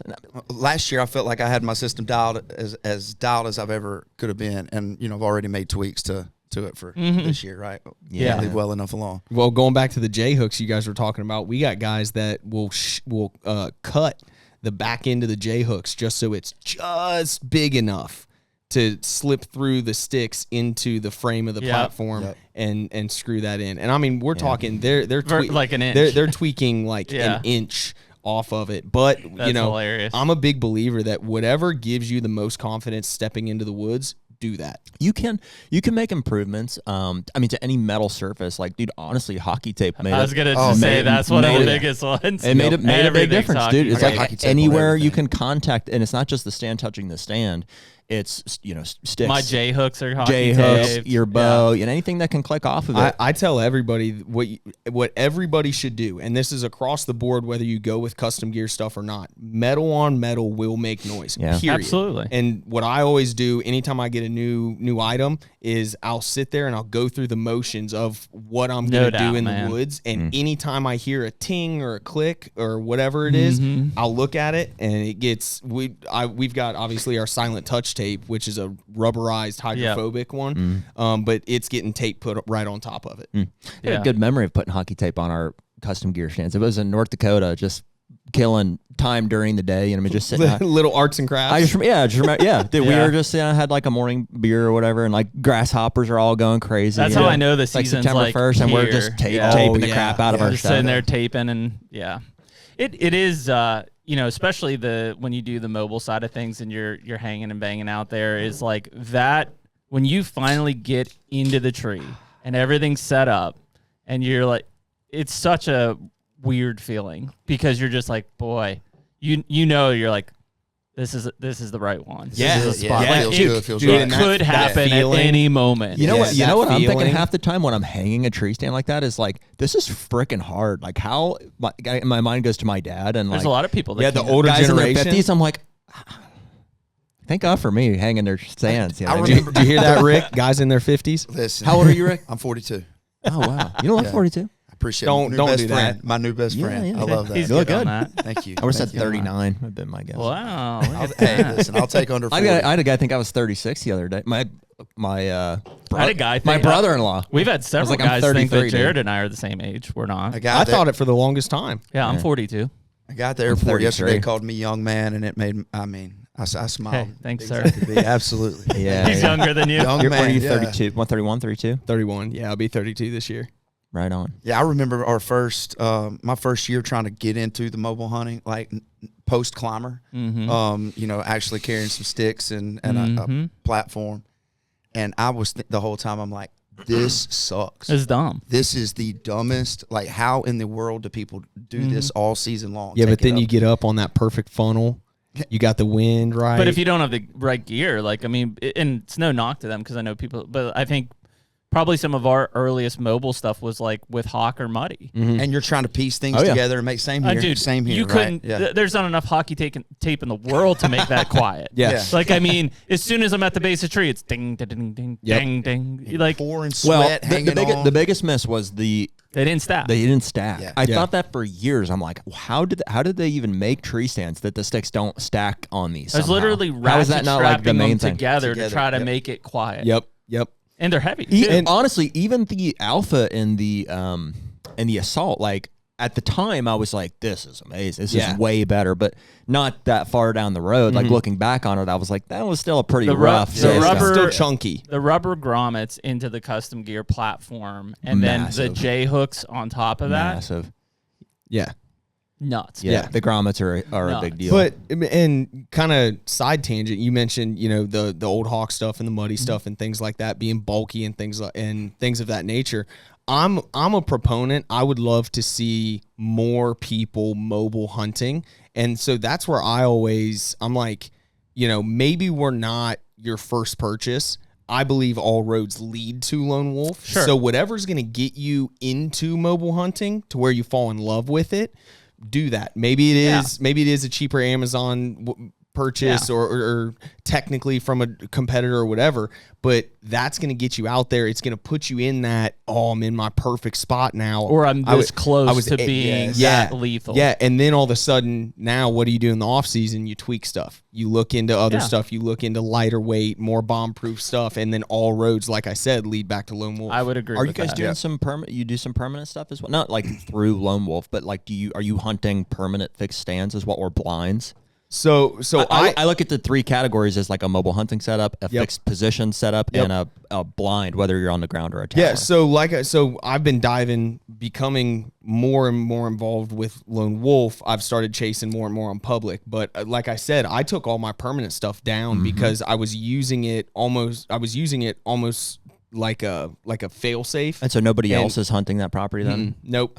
So it's a older farmer. My grandfather and I, when I worked construction for him, You took them all down. You said, I don't want I'm handicapped by these. Like, yeah, because I knew myself, and if I was running late, I was going into those and leaving the lone wolf. Can't handle the temptation, huh? No different than a trail camera. I can't tell you how many times yeah. I take a lot of times, probably like 30 to 40% of the time, I'm undecided on the spot. I'm like, I have an idea of what I need to look like, and I've got enough stands that I have good options. I'll put the custom gear and the half pack or whatever on my. I have my whole setup, and I'll go. And half the time I'll end up in the stand. Half the time I will actually hang the stand. Yeah. And so that's what I did where I killed the 11 this year. I went in there, all the way down in there. I took this super long back way. I was like, really want to carry my stand when I'm pretty sure I'm going to get in this ladder stand. And I did end up getting in the ladder stand. That's where I killed him. But I had it just. And do you know why I had it, AJ? It was because what if I can see so much from that bottom. And the year prior, I had seen this deer I was hunting across the CRP field, and I had to make a move. And you were like, I got to get And I couldn't do it till later in the day. Yep. So what I did the following year, this is the year I killed him, I went and hunted that ladder stand. And I was like, if I see something throughout these, all day sits, I sat on a deer for 4 days. Yeah. If I see something and I feel like I need to make a move, I will make it right now. Yep. So going back to your point of permanent, mobile, and then ground blinds, I took all the permanent stuff down. I just mobile hunt, but having my 2.5-year-old, I want him in the woods as much as possible. I tried to take him turkey hunting this year. It ended up 2.5-year-olds don't like being woken up at 4 a.m. Yeah. And no, but I talked to 2.5 is pretty young. I talked to the landowner, and notoriously he never let us put ground blinds up. But now having my son, he was like, yeah, if you want to put a ground blind up. So I'm actually very excited this year. I'm going to put a ground blind up on that permanent spot just to for deer. Do you have one? Give me yeah.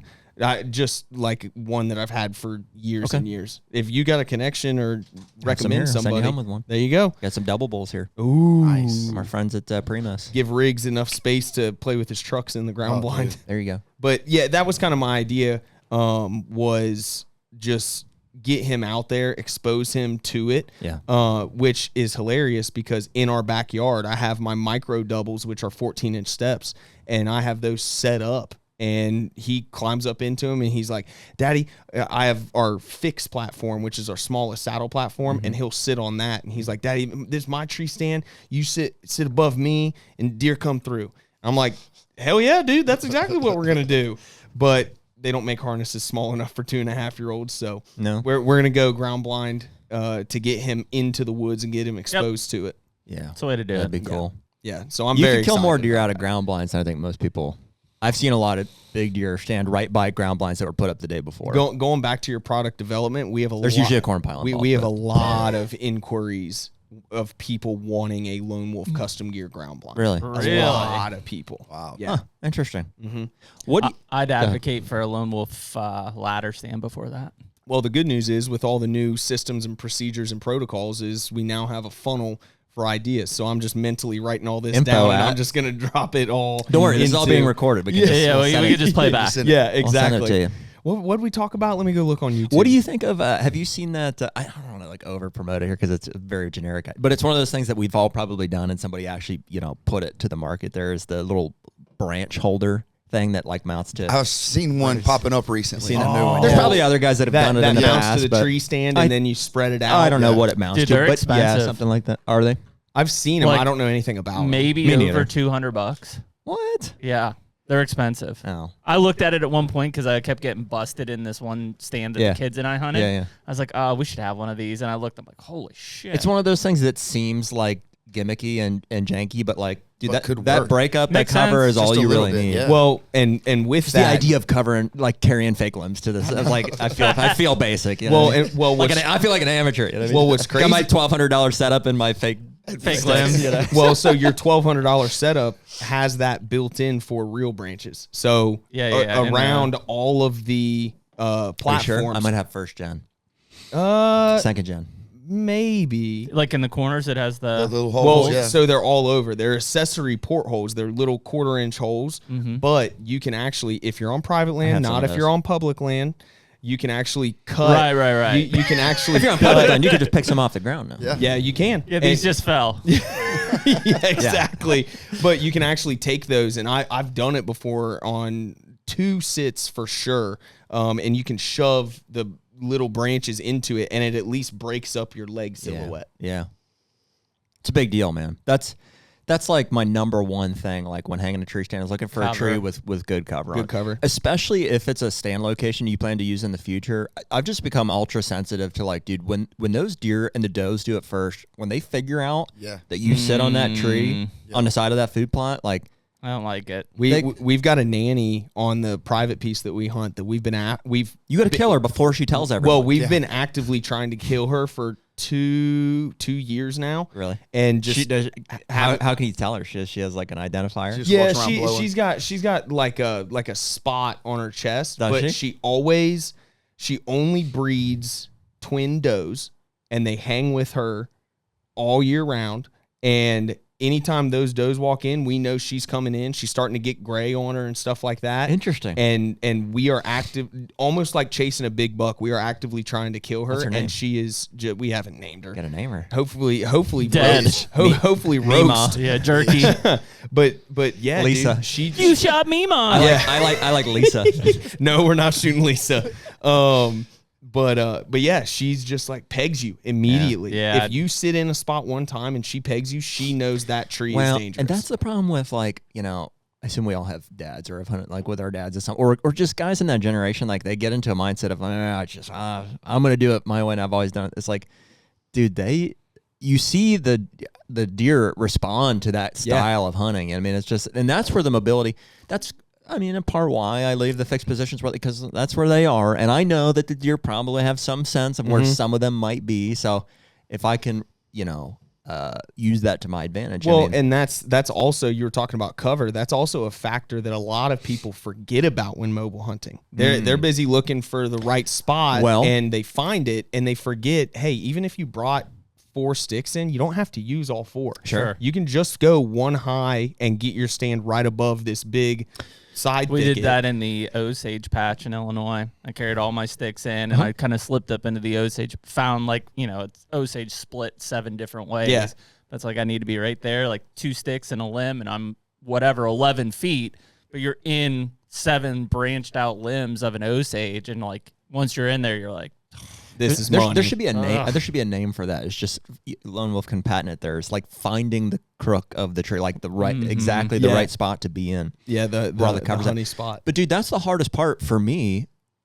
In the learning curve, I would imagine for most guys that are like mobile hunting, especially in the dark, is to understand what the cover, not That's just a for tough you, one, but for you, like from a shot window standpoint is going to look like at 12 foot, at 16 foot. Yep. Can you stand at the base of a tree and observe the the foliage around and and say that's where I need to get to? And that's kind of the 3 things that people need to think about, right? Is that deer is on the ground. So you need to look at what's below you from a thicket side or a honeysuckle side of things. You need to look at your shooting window if you're at 10, 12, 14, 16 feet, and you need to look at your back cover as well. Yeah. And a lot of people do a really good job of paying attention to one of those things, like shooting lanes, but then they're skylit. There's nothing behind them. Yeah. And so that's what I always do when I'm looking. I'm like, all right, 1, 2, 3. This is where I need to be. This is the right equation. What is the thought? Because I would say, even having done mobile hunting for, 10 plus years, I guess at this point, the hardest thing I think is going in blind in the morning and trying to figure out the right tree. Which is part of the reason why Cody is such a huge advocate for getting in at gray light. And he'll walk in the dark and he'll just stand or sit at the base of a tree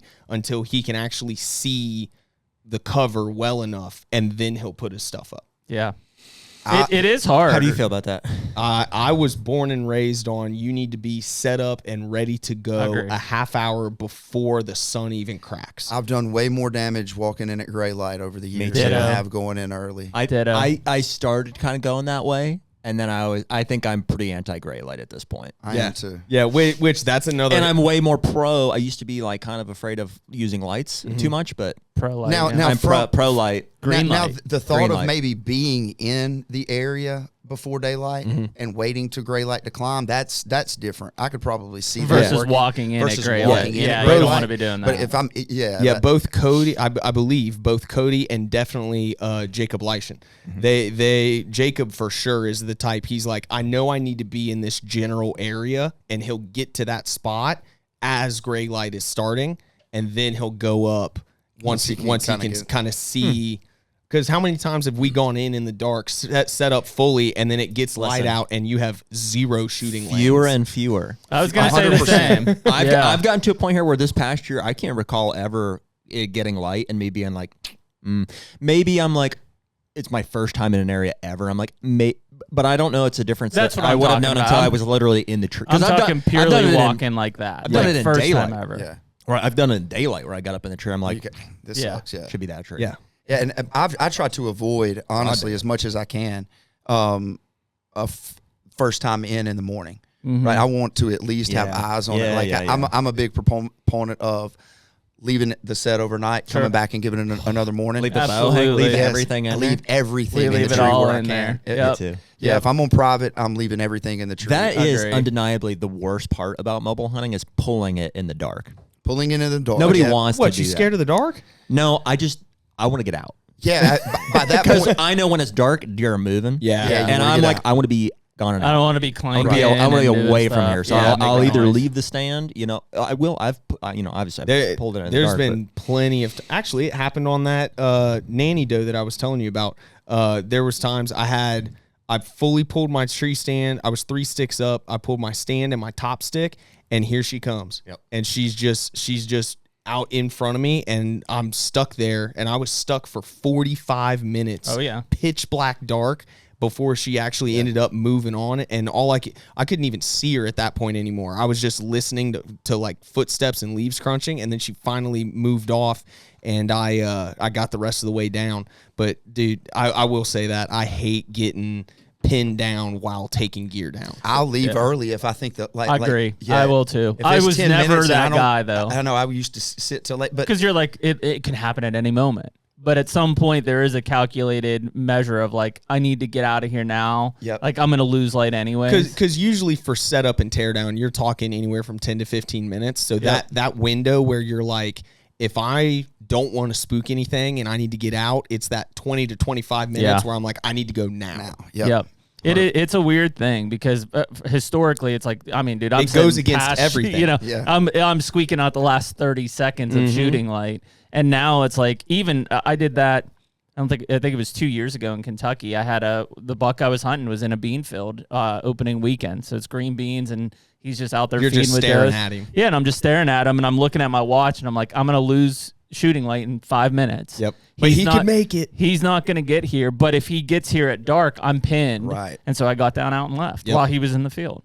And I got that's home tough. and I was like, did I do the right thing? But at the same time, had I waited, I could have been pinned in there for an hour, or he even worse, busts. I would have busted him Yep. getting out. Yeah, and most of my hunting is, I would say 75% of my sits are during the rut. Yeah. And I'm never typically chasing a single deer, Mm. right? I'm just hunting a deer, Mm-hmm. right? Any deer. And so for me, when I'm finding those places, I really like to give it 2 sits. So hunt it in the afternoon, hunt it in the morning, and try to avoid all of that. Slip down as quick as I can in the afternoon, quiet as I can, right at dark, right, and slip back in the next morning. You can get in early. Yep. You know, the tree's ready to go. You Yeah. can make any Clean. adjustments, right? You're clean. So Yeah. that's my probably the approach. biggest difference between Jared and I. And it definitely depends on the time of the season from a rut standpoint. But I'm very much a first time in, first hang. That's when I better kill him. In my mind, the more I'm in that spot, the more he knows I'm in that spot. Therefore, my chances decrease. And this is usually for a specific type deer, right? Jared's more of and it works for him. He'll wait him out.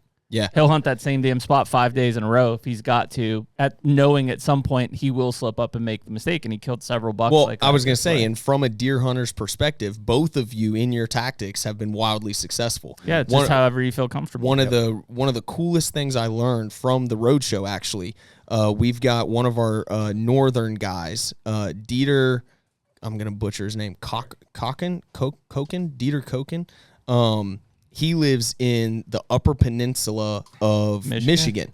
And he hunts a specific deer, and those deer are, I guess, more nomadic. And so instead of chasing trail cameras and being a day behind, he'll sit one spot for 4 or 5 days. Old Jared. And he knows that buck is going to loop back around eventually. Yep. And he's in that spot. He knows he's going to come back around, but he might have to throw 3 to 5 sits at it to actually seal the deal on him. And he's been successful up there as well. And the conditions have to be right. I'm not saying you should, like, Jared's not going to sit the same spot 5 times if the wind's shifting and it doesn't make sense. Like, the conditions have to line up for it. Yeah. Well, and most of my hunts, I'm getting like 2.5 days of sitting, and then it might be 3 weeks before I come back. Gotcha. And so I don't worry about the pressure or it just resets itself. I just dive in and go there because I know there's nothing going to be touching it for the next 3 weeks. I think to your point about the success, it's just because, you know, when you find success with any of those tactics, you know, in your head, that then becomes the most successful tactic. Like both of those deer that we were talking about this morning, those were first time into that property all season. I sat out on the sidelines for 3 weeks waiting for conditions, hang, kill. And so now I'm like that's a lot of my style. That's your MO, yeah. Even when we go to Kansas, I mean, I would say that 60% of the bucks I've killed in Kansas have been on day one. That's awesome. Just, you know, and part of it's because I'm an aggressive hunter. Like when I set up, I'm on them. On the trail, yeah. I'm on top of them at that point. You know, and as the hunt goes on, and it's psychological, I feel less likely to succeed. Where I think Jared feels like he hones in on them the longer it goes. Getting closer and closer. Which is cool because the you know, especially because we hunt together so often. Like when we get there, like, dude, I'm gonna kill tonight. Yeah. You know, and he's like, oh, I'm gonna go see a deer. Last, you know, bottom of the ninth, he'll kill. You know, meanwhile, I'm already packed my bags and I'm ready to go. And so it balances pretty cool because at some point, one of us is extremely confident that we're gonna tag out. Yeah. But that's awesome because of the fact that it's a prime example that going back to kind of the gear stuff we were talking about is there's 1,000 ways to skin a cat. You're going to have to do what's right for you, what's right for the terrain, the weather, and things of that nature. And then the cool thing about the industry and having access to social media and stuff like that is then you can find big name guys that you can then look at, and based on how they hunt, you can take some of their tips and tricks to hone in your own way of hunting. Yeah, for sure. Did you guys kill bucks last year? Either of you? I did. I did too. I had the worst best year of my life. So injured one in Wisconsin, like a mid 150s, which just crushed me. When was that? Halloween time frame. Okay. Who were you hunting with out there? The First Form crew. So Jake Arvold, and a couple of the other guys within the First Form Outdoors ecosystem. Was that private, public stuff? Or? So we were on public, and we ended up going to his dad's piece. He's got a nice little chunk, and we kind of spread out from there. Down in the southwest part of Wisconsin. Oh, different part. Okay. Way up north. Okay.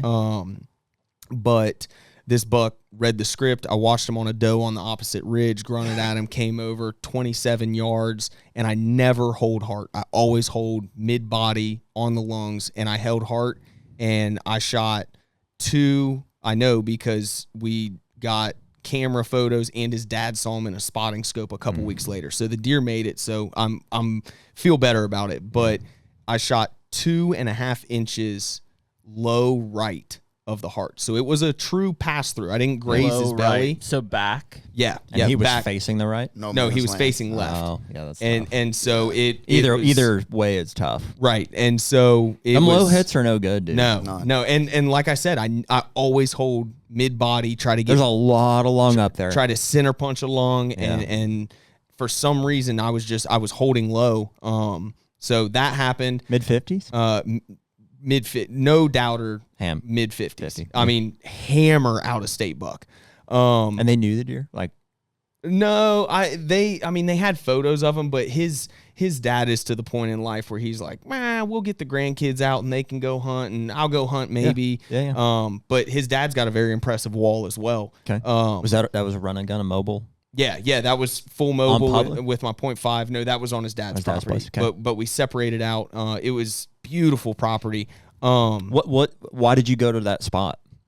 If I can break down that hunt a little bit, like why did you? So I went to that spot because I could face the other ridge. I can't remember the direction of how everything was, but I could face the other ridge, and then I was on a finger where right side was a drainage, left side was a drainage, and so I knew. Call that a hogback. It was a ridge that comes up out of a ditch. Yeah. Call that a hogback. All right, I like that. I'm going to use that now.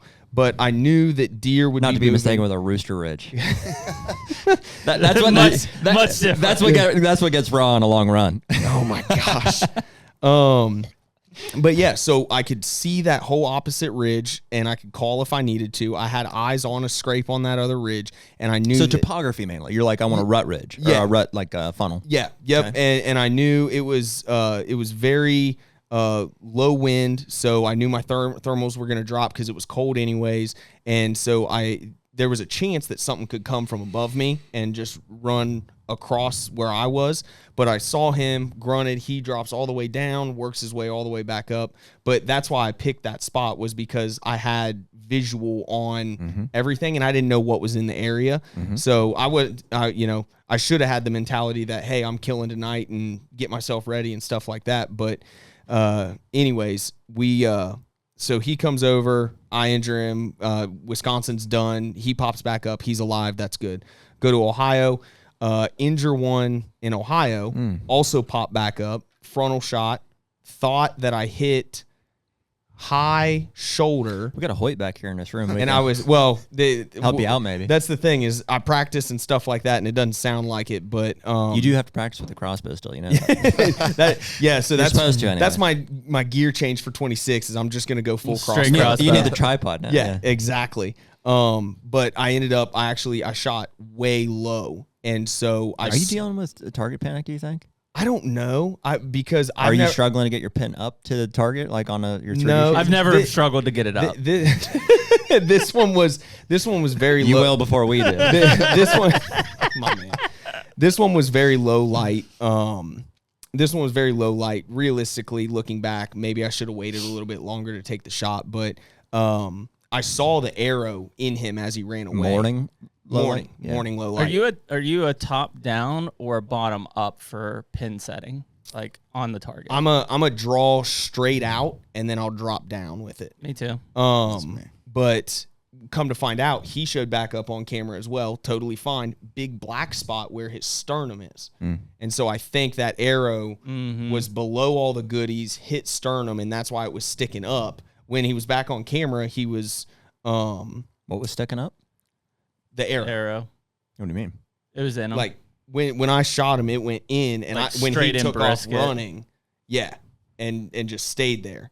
And then when you dropped on him, you must have continued to drop through him. Yeah, I didn't hold long enough on it. You shooting a fixed blade too?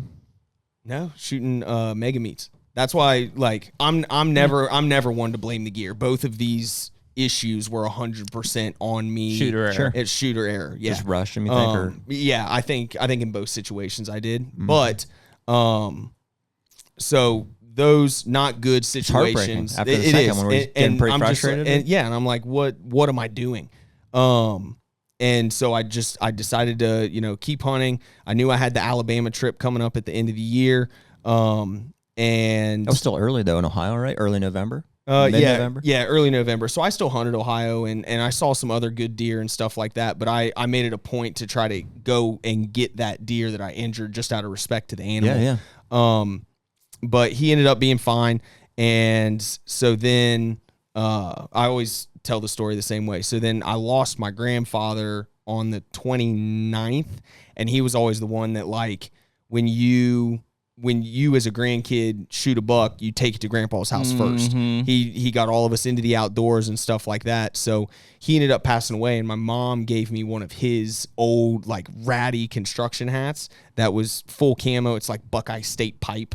Nice. But then I took that down to Alabama, and I think he was Laying down pipe since 73. Yeah. and I think he was down in Alabama with me, and went out there.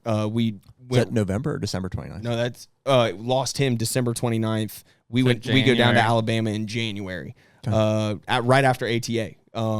Yep. So mid-January. Yeah. Yeah. And so went down there, shot a doe down there, shot a good Alabama buck down there. Nice deer. And then Lyshan shot a buck. Adam Perry shot a buck. And then my buddy Big John that went down, he shot 2 does down there. Wow. So it ended up like it was the icing Good on the closeout. end of the season that I really needed. How did that go for you or come together? Like, did you feel, what's the word, like reconciled with that shot? Or were you like, you feel like you got something back there? You're like, oh, here's what I was doing with the first 2 that, Well, no, because I used different weapons. So those 2 that I missed. you shot the Alabama buck with a gun? With a gun, yeah, Oh, okay. yeah. Gotcha. So those 2 that I missed were with my bow, and then I went down there and I told the guys that I was coming down with hate in my heart and violence and all that good stuff. And mean to cause damage. I'm coming to tag out, and I think what is it in Alabama? You get 3 buck tags and like 6 doe. 5 or 6 doe. You're like, I'm hearing from Grandpa, and he wanted me to just just wipe him out. But no, it was obviously it doesn't make injuring those deer okay. I'm comfortable in the fact that both of those deer lived, and hopefully I'm going back up to Wisconsin this year, and I don't think any of the grandkids shot that deer, so hopefully he's still running around. Would love to reconnect with that deer. But yeah, I mean, it just one of those things. Not a great year that had a nice little silver lining at the end of it. Yeah, dude, missing deer is tough, but it is like, and it ties into. I think I was going to say, but I didn't get around to saying it during our like disease conversation. Is like, dude, the freaking like, first of all, they die. Like, what I mean, whether it's from disease or, they kill each other or they get shot by another hunter kind of thing. But vehicles. And then also disappointment happens, pretty consistently on our end, whether it's, we've all missed deer and stuff. And it is cool though, having been through enough seasons now that you can look back and see, more than once it's been like, oh, we were able to finish that story or catch back up with a buck or get closure in some, Some way. other sort of way, and it's kind of cool. You come to just, while you're still disappointed with why did I mess that up? What happened? I want to learn from that. You also, like, I just found GRH shed in a burn that we did a week ago. It was a deer that I missed in December that my Uncle Dale missed the first day of season. Yeah. And here he is about to be 7 years old. It's like, I think you missed him in January. Yeah, I did. Yeah. Sorry. You said December. Yeah, sorry, January. Super late, and so I was bummed at the time. Granted, there's all these other factors. You're like, well, I'd already killed 3 bucks. How, and I can make excuses for. I really don't know, truthfully, what happened there. If I did hit a limb, and that was, I know that I hit a limb, and I don't know if that caused the miss. But it was like it was not close. Like if you watch the footage back, it was like way over. Yeah, it wasn't pure.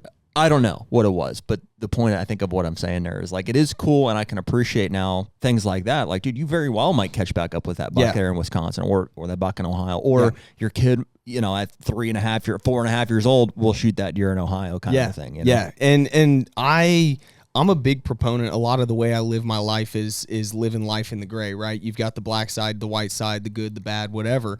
And so what I've started doing with me personally is understanding I can be upset with myself about those deer. I can be upset with myself for the shot and stuff like that. But then I can take solace in the fact that those deer are still running around. There may be a chance to connect to them.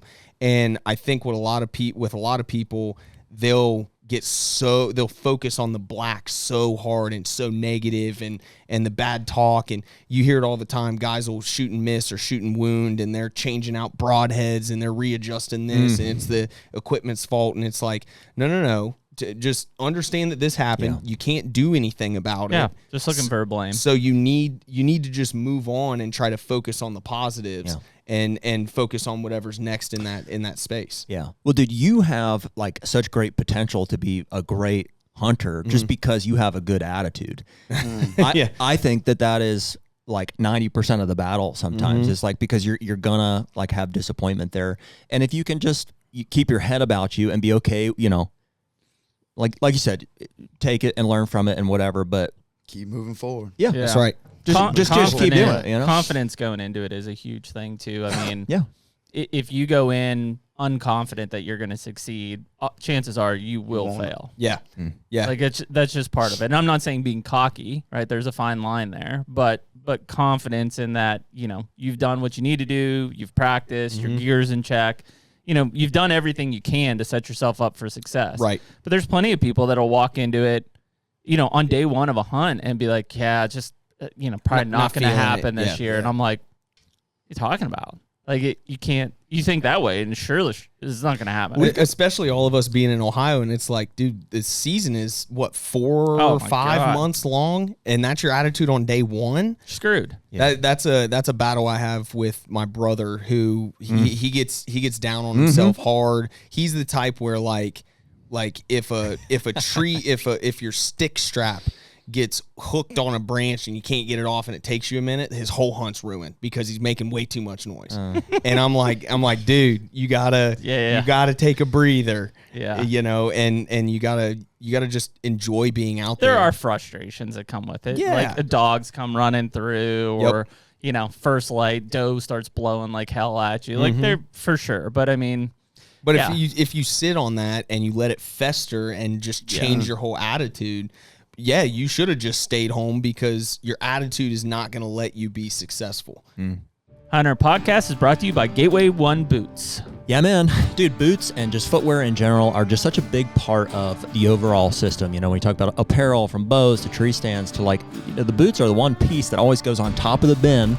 And it's a big deal, something we haven't talked a lot about until we've landed on a boot that we really are enjoying. Yeah, and I mean, you and I both are rubber boot type of guys when it comes down to our bow hunting side of things. And as we think about it, there are some concepts around the boots that we want. We want an athletic fit, which is kind of weird to discuss when you're talking about boots. We don't want it just big and floppy. Hugs the toes. Exactly. We want to be able to have a good all-season boot, but also a warm boot when it counts. Keeps the toes warm. And we need good grip on the bottom so we're not slopping around and sliding around in the mud. Keeps the toes moving. There you go. And so Gateway 1 Boots covers all of those things. They have features that focus on all of those. From the woodwalker to the pro shooter, when we're talking about that one that's going down to the negative 40 degrees. And ultimately just an overall boot that's going to perform throughout the entire hunting season for ourselves. That's right. We've been wearing them for a couple months, and we just can't be happier with all those aspects that you just ran through. And so if you're looking to get into a pair, you can use code HUNTR, HUNTR, on the Gateway1Boots-USA.com website. I know that's kind of a mouthful. If you Google Gateway 1 Boots, you can use our promo code there for a discount. Tough by nature. Are you guys both at the point where you can have a successful season without shooting something? Yeah, I think so. Yes and no. How about that? I think that's a good answer. I think as a bow hunter, I think we all probably kind of understand how difficult it actually is to seal the deal on a good deer, right? Like, to get one to read the script, to do what he's supposed to, and then to execute the shot, right? All the things, especially, you know, depending on where you hunt and the opportunities you have, that it might be a once in a lifetime opportunity. So yeah, sometimes when you enjoy the experience in the encounter, like, I don't get to be in the woods as much. I lived in the woods growing up until 13, 14 years ago. I could walk out of my back door and hunt every day if I wanted to. Then we moved to Florida, and that goes away. Yeah. And now, man, I get giddy looking forward to that 6-hour truck drive because I know what's on the other side of it. And so it could just be the experience and the fun. Yeah, I'm going to be okay with it because I know what I experienced in the moment. But there's also a little pressure, man, because, you know, there's sacrifices that come along to that style of hunting. You're gone for 3 or 4 days at a time. You're leaving the family at home. The monetary sacrifices for tags and gas and all the things. You kind of feel like you owe it to them to be successful. Sure. Because they're allowing you to kind of go do those things. Yeah. And so there is a little balance to that. But I would say I've gotten better of it because I'm a better husband. If things are taken care of at home, I can hunt easier because she knows I'm going to be better for it, win, lose, or draw. And so, yeah, I think it's easier to say that coming off a successful season. I'll say that. But I think I'm at a point where it's becoming easier and easier to come home without a deer and it not bother me. I think for me and for us, like Jeremy and I as a group, like we've just really tried to be intentional about slowing things down and appreciating it while we're getting to do it. In the moment. Yeah, because we work so hard and we have so many obligations and stuff throughout the year that when we, you know, this thing we've been waiting for, even just like you said, the truck drive or any little part of it, we've been guilty in the past, I think, of like even on day 2, 3, you're like, I'm still so excited for that moment for us to be successful or whatever, that you almost like overlook the fact that like, dude, we're here and we're doing it now, and this is the fun part. That's right. Hopefully we get to shoot one, and then you can take and apply that to, I mean, that's a life statement for sure. too. I mean, you can do that with anything in life, but even now, doing all the work that we do on the farms and stuff, and prepping for stuff and the road shows and like every part of the season, like leading up to it, but now it's all just kind of one big cohesive lifestyle that we've built here. It's all awesome. You know what I mean? It's just like, dude, how do you ever have a bad season when you're just enjoying the crap out of it? This past season, before it started, I was like, I'm going with 2 goals this year, and it's to go grateful and to get on deer. And I wrote it on the inside of my bow limb: go grateful, get on deer. Like, if I can go thankful that I'm there, right? Like, and just enjoy the moment, and then just try to get on deer. Yeah. And if those 2 things happen, it's going to be a good trip. That's actually the exact outlook that I'm taking. So I actually, for the first time, I'm going out to Kansas this year, which is awesome. That is awesome. To Rick's point, the first thing that I did is checked with the wife. I said, hey, is this cool? This is not something that I can do every time. And she said, yeah. And then I even gave her the option because I wanted to be respectful to her and the kids. Like, do you want me to put the kids like in a kennel or something? I'll put them up. Like, well, I was going to bring Riggs with me, but she's not stoked on that yet. But I gave her the option. I was like, listen, with everything going on, either I can go opening weekend in September where, I mean, it's going to be hot and, deer are going to be patternable, or the week before Thanksgiving. And she actually told me to go the week before Thanksgiving. That's when you want to be there. Now I'm even more excited, but I'm excited for the experience, right? Because everything I've ever heard. What is the experience? What's the situation? So everything that I've ever. Who are you going with? So I'm driving out myself. I've already got plans to stop at First Form headquarters in St. Louis because it's right on the way. Hit a lift with those guys and shoot the shit. Driving overnight or during the day? I haven't decided that yet. Okay. I mean, it's a long drive. Yeah, I think it's 14 like probably 14. for you. Yeah. You're going southeastern? But then more central area. But then I'm meeting up with Zach White, who's another lone wolf guy, and he's got cred in Kansas and in Iowa, and him and his brothers, they always get on big deer, and they've got a private piece, but we're going to go ground and pound on some public. But I'm excited. I love it, dude. But I'm excited because everything I've ever watched, right? You pull up a YouTube video. You don't have to know anything about it. You click it and you can tell it's Kansas. Yeah. You just know.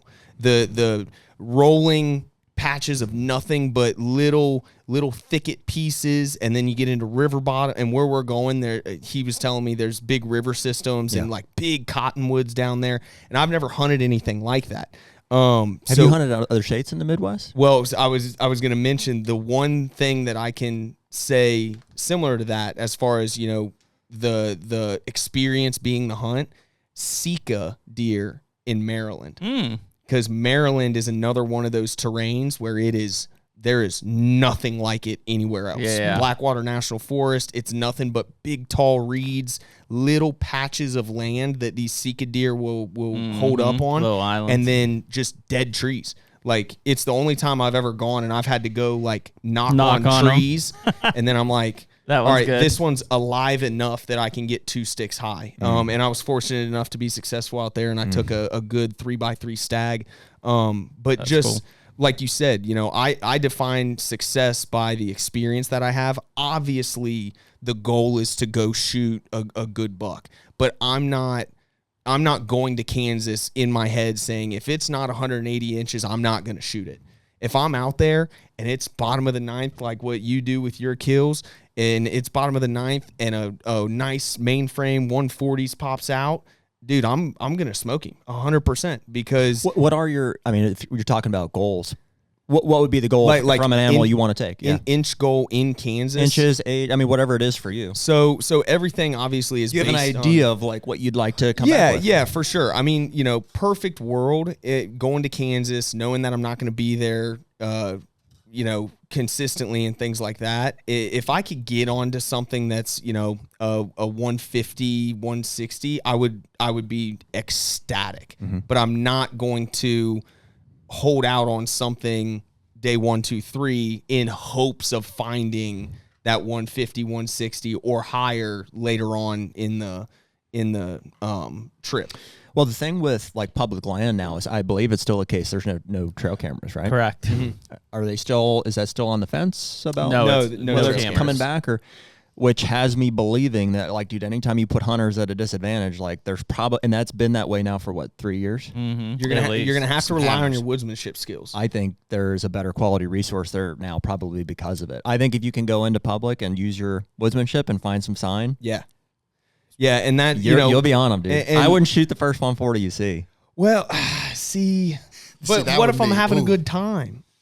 Yeah, I mean, Then Bird keep in the having a hand, good time. man. Yeah. it depends. Like, I mean, you put a 7.5-year-old, Yeah. 140-inch Well, eight yeah, point in you front of take it- you shoot the deer. Yeah, Read the body. I mean, if it's a giant old toad, like, and that's Oh, what you're there. dude. Yeah, absolutely. I mean, like, I would love to shoot like a gnarly, just old 7.5, 8.5, They're there. big mass, but maybe he won't score, but 130, 140, maybe he's got some junk and he's just like trudge, you know that old deer walk, Yes. just trudging Yeah. around. I'd shoot that 100%. That's the place for it. They're there. Well, and on the other hand, I'd hate to see you just like, burn a 130-inch 3-year-old on the first morning Right. out of excitement and then be like, we've got the whole week here. You know? See, I did that on a trip, my first trip to Illinois. Yeah. I did that. Yeah. Second morning, 135-inch 8-point, smoked him. Mm-hmm. And buddy hunted, and we were there for 5 or 6 days, so my buddy still had a tag. I'm bouncing around trying to kill does and literally watching just Giants everywhere. bangers everywhere. Yeah. That I will say that's part of that. I told my wife, I was like, whenever I shoot a buck, I'm gonna come home because she's holding down the fort, and we got the newborn and the 2.5-year-old, and I know it's chaotic and stuff. So I also understand that when I kill a buck, So you never tell hunt's them over. that. You just say, hey, plan for a week. Oh, you no. can't. You don't have kids. You can't do that. No, Well, and- I'm just saying, set low expectation high. well, and So then if you kill one on day 2, then one more day of, well, I just a won't beer and I eggs, I and just then go won't home. post anything about it. And then go home. Yeah, honey, we're still out hunting. And you're still I'm home just a day chasing early. doe. Should be stoked about that. Yeah. So That's a good call. But If you tell them early on, I might kill early and then I'll come home, it never happens. And then yeah. Well, but she knows like She's pissed. the trip is 7 days of hunting, but she knows if I haven't shot anything, I've given myself an extra like 2 or 3 days to like get it. Yeah, because get it's it not like done. you're going back. It's Right, like, there it and is. that's what I've explained to her is like I'm not going to be able to do this every year.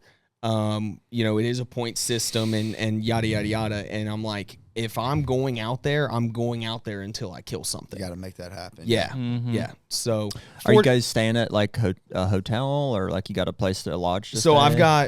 I've got the tent on the back of the tack truck, and so I'll be either camping or Zach has family, and we can stay just at their house to sleep, shower, and stay in the woods. But the goal is to be in the woods the entire time. Mm-hmm.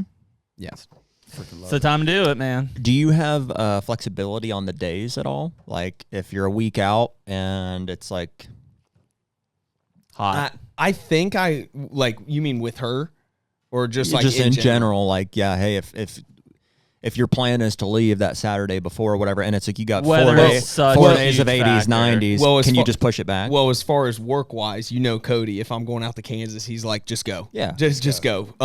He's MIA at that point. Anyways. He's like, I'm already here. Yeah, I've got a great He's spot. like, I've been waiting for you. Yeah. But Got some trees marked for you. But then where was I going with that? You have flexibility on the weather is what I'm asking. Yes, but everybody that I have talked to up to this point, so I'll be going out the 14th to the 22nd. Everybody I've talked to up to this point, they're like, if you want to come out and shoot 2 and 3 year olds, come out the 7th to the 14th.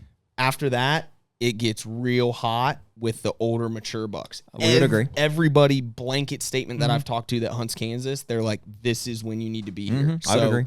I think the only difference Shout out is to- that Weather dependent. though. Shout- I shout was out gonna to the say, wife on that. 2 or 3 of the better weather days is way better than 7 of the wrong weather days. What day did I kill this year Fair. in Kansas? Was it the 23rd? 23rd? Was it that late? I think so. See, that's one of my grace I think we days. started on the 16th or 17th. Yeah. Hunting? My current feeling on it is with the pretense of, hunt the best weather days you can. I think the 16th through Thanksgiving Day. Yeah. Well, I can't be there Thanksgiving Day. My family they'll hang me. well, right up to it. I mean, Yeah. that's your window, I think, of mature buck post-rut movement. Yeah. Because they do, that is what they do. Well, And we see it in Illinois too, where it's just like, you think it's, and it is the rut. Technically, they're breeding and they're doing their thing, but you just don't see those big mature bucks get up and do the zombie walk until they're done. yeah, they have to. well, and They've run out, they've dried up with enough does that they need to go and find them, and they will at that point. And the nice part is I don't take anything for granted, and I'm grateful for everything. The nice part is having Zach White out there. That's huge. I mean, he's going to be hunting. Hopefully, he's already got a buck down, but he's going to be scouting those areas so that when I come out, I've already got my own pins from e-scouting and things like that. And then I can couple that with what he's seeing boots Knowledge on the ground. So we're actually going into it with, kind of a warm lead on rubs and scrapes and funnels and things like that. Oh, dude, you're going to have so much fun. Dude, going back to the success and the success being the experience aspect, I'm so excited. I can already see it just being up in a cottonwood and then just out of nowhere, just deer popping up out of grass. Oh, yeah. Just like, where did this deer come from? It's about how it happens. Yeah, especially in that country. It'll be a good time. It's addicting. It's and for guys that have never hunted the Midwest, it can be tough to understand. You're like, oh, they're just out here. Like, there's just more of them. Yeah. It's I'm excited about that. It's like we do back home. It's like you set up and you expect things to go a certain way, and like they usually don't. Yeah. Just because there's neighboring pressure or whatever. Out there, it seemed like the odds are just higher that like, oh, they did that thing. They just came down here in broad daylight and hit this scrape. Like they're just doing deer stuff. Well, and I'll be curious because you guys have hunted both of these states, but I've always, anytime I talk about it, I make a statement to my buddies that I personally, and maybe this is blasphemy, I personally am actually more excited to hunt Kansas than I would be to hunt Iowa, just because of Iowa's terrain is very similar to Ohio. It's a lot of farm fields. There's some big stretches of woods, stuff like that. Ohio has nothing like Kansas. And so if you add in the ecosystem aspect, I'm way more amped to go chasing Kansas. Kansas is like, it's tough country. Like it's like everything is pricklier and drier and harder and rockier. Like at least the parts that we've more been west than Midwest, right? Yeah. More western than Midwest. It's like, and the deer I think reflect that. They're tougher animals in my opinion. Like they just all have barbed wire, scratches in their antlers and stuff. And I think the big thing on the two, and it depends on what you're hunting, is like if I'm hunting public, I'd rather hunt Kansas than Iowa. That's fair. I think there's more of it. There's less pressure on it, and those deer they get older. Yeah. Whereas I think Iowa, we're just at the point where that public has just been beat to death. Yeah. Not saying that you can't find a big one on Iowa public, because I think you can, but there's not nearly as many untouched areas. This will get them jacked up for Kansas. Go grab those freaking monster sheds I found up there. And dude, these things are 60 to 70% eaten. And this was like right off. These were right off the. I found these right off the parking spot on public land. See, that's another thing that I've heard from people is like, yeah, that's it right there. Like, yes. I had a buddy that went out and was Look at like it's almost gone. Yeah, but dude, that's 108 mid-80s 8-point probably. Yeah, look how the right side carries the mast just all the way through, and it's bladed. What a freaking hammer! And dude, it's like a 6.5 inch kicker. Right next to the parking lot. That's another thing that 100 yards that I've noticed, and I'm really excited about. I would love to shoot a buck with tines with kickers off of his G2s, G3s. Tine mass. I mean, it's silly. But to your point, you found these right off the parking lot. And I was just talking with a buddy the other day. He was successful in Kansas, and it wasn't until he was driving on a road and it was barren field to the right, barren field to the left. But he said he drove this road a couple of times, and there was actually like a depression in the road from where, for some reason, these bucks were crossing the road. You could see the grass separating on the right side, the grass separating on the left side, and you could actually see just a little depression in like blacktop or concrete.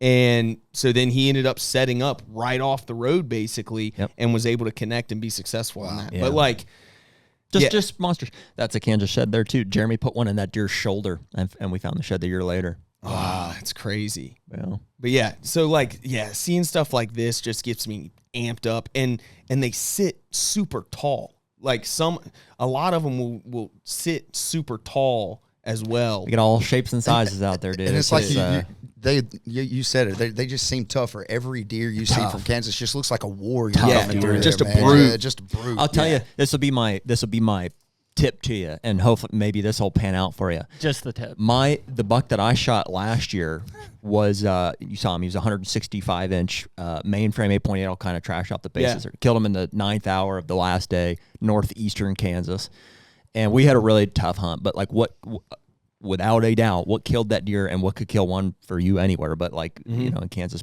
probably better than anywhere, is I had does blowing at me. And like way down over the ridge. Yeah. And I just got on that Primo's Magnum buck roar and I freaking ripped on just big. I want it to paint the picture like there's a freaking Like monster old stud in here just disrupting an area. Does are snorting, the shit's running everywhere. And within minutes, I had the buck that I shot and another 3-year-old come in off the ridge up above. I had no idea they were there. So those blind called them in. So those bucks were they heard those does, and then I don't know if they heard the does or not, but they heard me dominating rip the it. area. Yeah, and they he were was like, not "No, having it. we're not doing this." And they came in and he was. I ready to heard beat my ass. I heard Kansas specifically during the rut they are Very receptive. super susceptible or receptive to. Oh calling. yeah, dude. Yeah, they can be. I for think sure. I think I've blind called 90% of my deer, and probably. That's awesome. That's awesome. So Yeah. so cool. So the line to walk there is like you don't have to be calling all the time. If that deer was 50 yards and I didn't know it, I don't know how that would have gone. They're very vocal out there. Kansas is the one place that I've heard like actual buck roars, yeah. which I couldn't tell you any other place. And I mean, I'm hunting mature deer. Any other place that I hear that, I hear it in Kansas. Snort wheeze like crazy. Yeah. Out there, even from younger bucks, like 3-year-olds, just snort wheezing and stiff legging walks and stuff. They're just very. Hey, we've vocal. left a few times. You guys are welcome to use the restroom anytime if we need a break. Or I you've go seen right us now. leave a few. I wore my cool right Depends. You what? I wore my Depends. He's just cathetered in. You know my Stanley here. I'm a saddle hunter, so I have a diaper on. Spend your- Yeah. There you go. You got it. So, but yeah, I mean, and that's what's cool about that place is that they're just. You have it. You got a good grunt tube. I'm using the Deer Society one. I like it. Yeah, the illusion call. Yeah, the extinguisher. That's a good one. What you do need is a large set of antlers to rattle. Like, well, seriously. why don't you just let me borrow these Kansas ones you got? Those ones won't cut it. Whatever you want. That one's just going to be like. I'm going to go to crack it and the whole tine's going to fall But seriously, off. you need I would something that's get- going to reach out and touch. And those are great guys. We're friends with those guys. I would get yourself a Primo's Magnum buck roar. That's the only one I've ever blown on that you won't top it out. You know, like this one here. Well, we're all headed to Total Archery Challenge, so hopefully We might there. have some extras here. I got some. We'll send you home with I one. got some of the two. You want something? It sounds like when I'm successful, you guys are going to have to be one of my first calls. We would appreciate that. Absolutely. Don't be afraid of that grunt call. So many guys are like, No. rip on that thing. Yeah. Dude, when that buck came in, I roared on it. You know what I mean? That's awesome. Have you heard a wild buck just like dominating? I mean, area? I've they come seen- in and nudging does out and just. I mean, I've seen it on like YouTube and stuff like that, but I've never experienced. I heard it for the first in time person. this year. Yeah. I Dude, mean, it's they have to be. unbelievable, They have man. to be worked up to do it. I had- The other reason for both of that call especially is that it's freaking windy in Kansas all the time. Yeah, there's nothing stopping. So it. your you little gotta be grunt loud. call or your little antlers are not cutting that wind. He's 200 yards away, standing in the CRP field. He won't even look at you. You're tickling your little boy antlers. They're not gonna That hear don't work in anything. Kansas. clang and bang them. Yeah, you just smash it. I mean, to the point where usually I'm bleeding knuckles. Yeah. At the end of the trip, Yeah. because I'm just. Yeah. But you got to cut through that wind, and it's tough. Dude, I'm so amped up. It's gonna be so much fun. It's gonna be a lot of fun. Yeah. Yeah, Yeah, Kansas. for Is sure. I'm envious of that too. awesome. I think we have that in our maybe next year. Well- We'll do a Kansas because we're. Yep.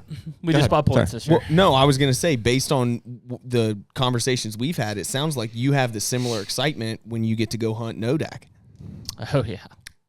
Well, yeah, different for sure. So Nodak is, it's over the counter for whitetail. So I've been doing that. I've been hunting with some friends out there for 3 years Yeah. while we're accruing points for mule. For mule deers.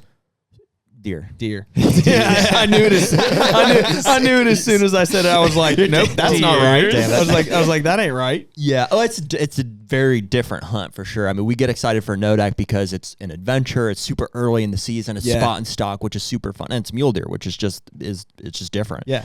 Kansas is like our excitement at this point is because we've been there, done that in a good way that we're like, oh, dude, we know what a great Kansas trip can be like. So we're just going for.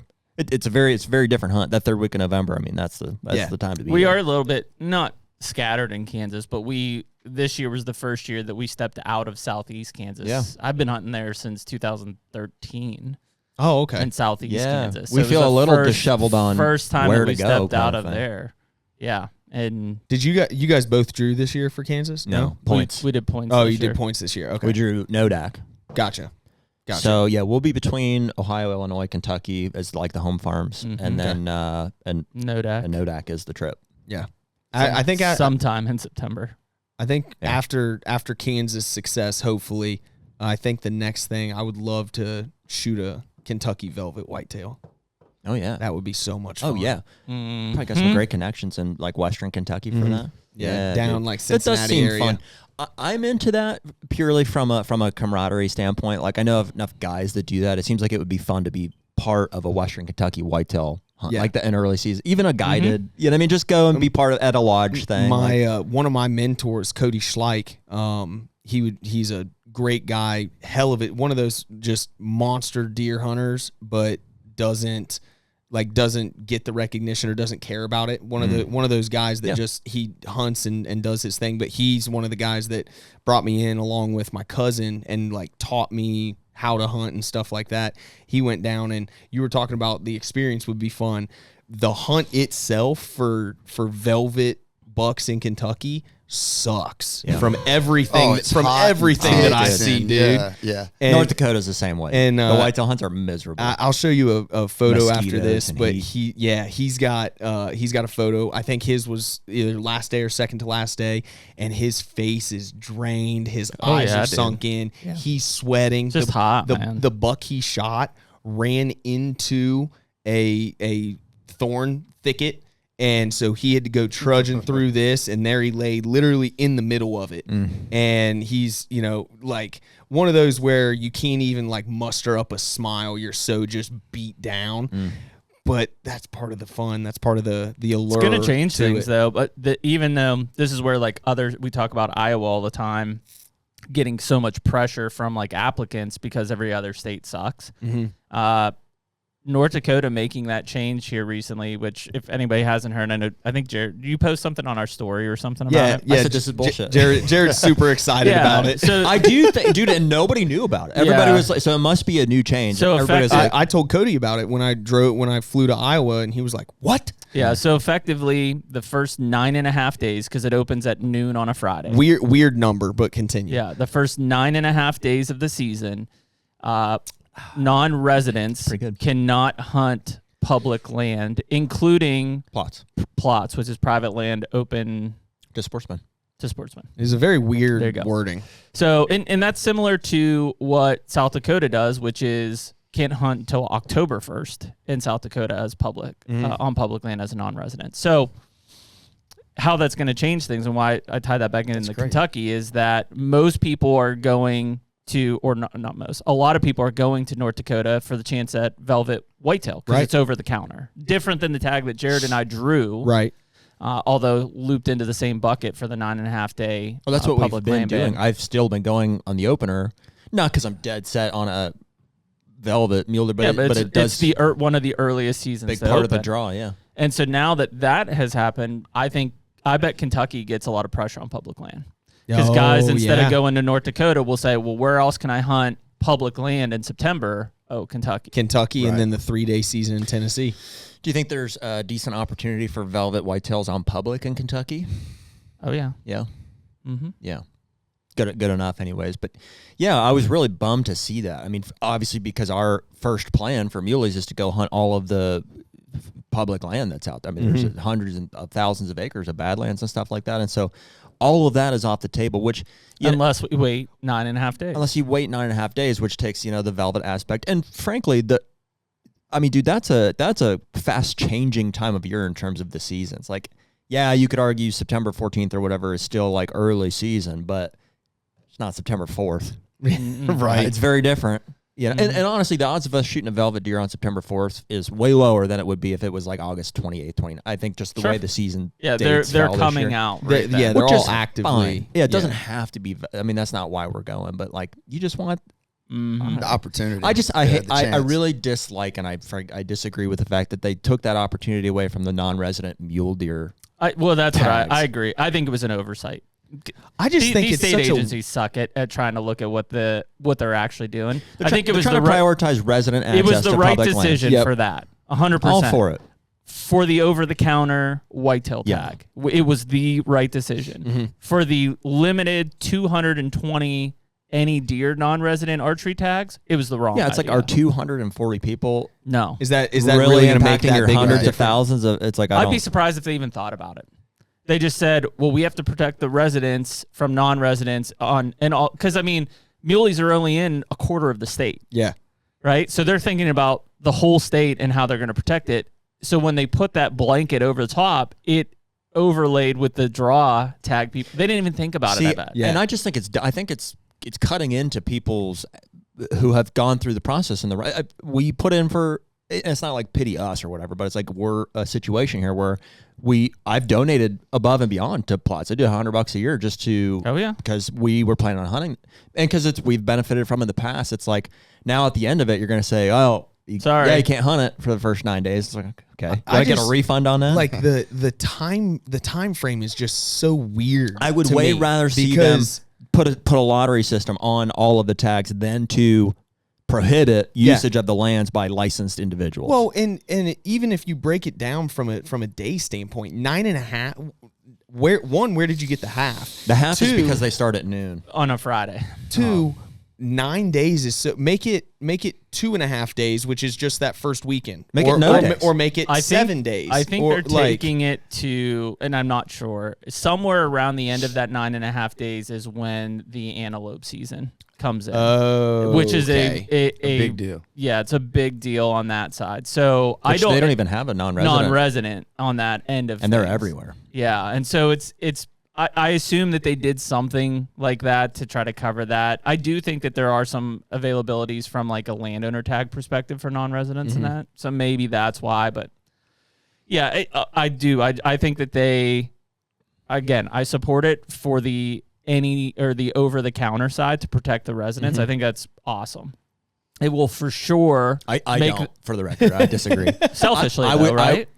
Well, yeah. Yeah. But so it doesn't matter. You're doing it for selfish reasons. Well, selfish for anybody that wants to go and any non-resident wants to go bow hunt. I would rather see them put a lottery on the tag than to cut the first 9.5 days off. You're more so just saying you want the full experience. You don't want to be pigeonholed to. If you can get a license, then you should be able to hunt the whole season on any property that's available. It just seems a bold statement. It just seems odd that they're like, let's do this. Let's just limit this for the first 9.5 days. Well, and they're protecting residents, which they should. That's fine. Why don't they do that with a lottery system? That seems more fair. Because they still want your money. All about that green. Well, I mean, maybe. I don't know. Guys are just going to delay their trip 2 weeks and still go. I disagree. I think people will find other trips. I think you called it the oversight, right? Like what would have made more sense is limit it to do it for the whitetails. Limit it to the 220 tags, right? Yes. Let those guys that drew the tag hunt that Agreed. 9 over the counter. You're going to make a guy's wait 3 to 5 years and then still not be able to hunt the first 9 days of the season. Yeah. Where in South Dakota, you can't do it till October 1st, but those tags are over the counter. Right.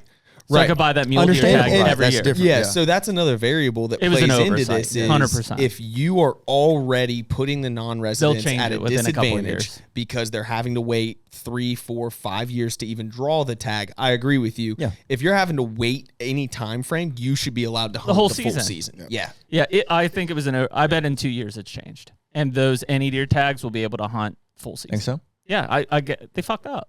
Yeah. I know they did. Yeah. Somebody just didn't even think about it. Somebody needs to write a strongly worded letter. They'll listen to this.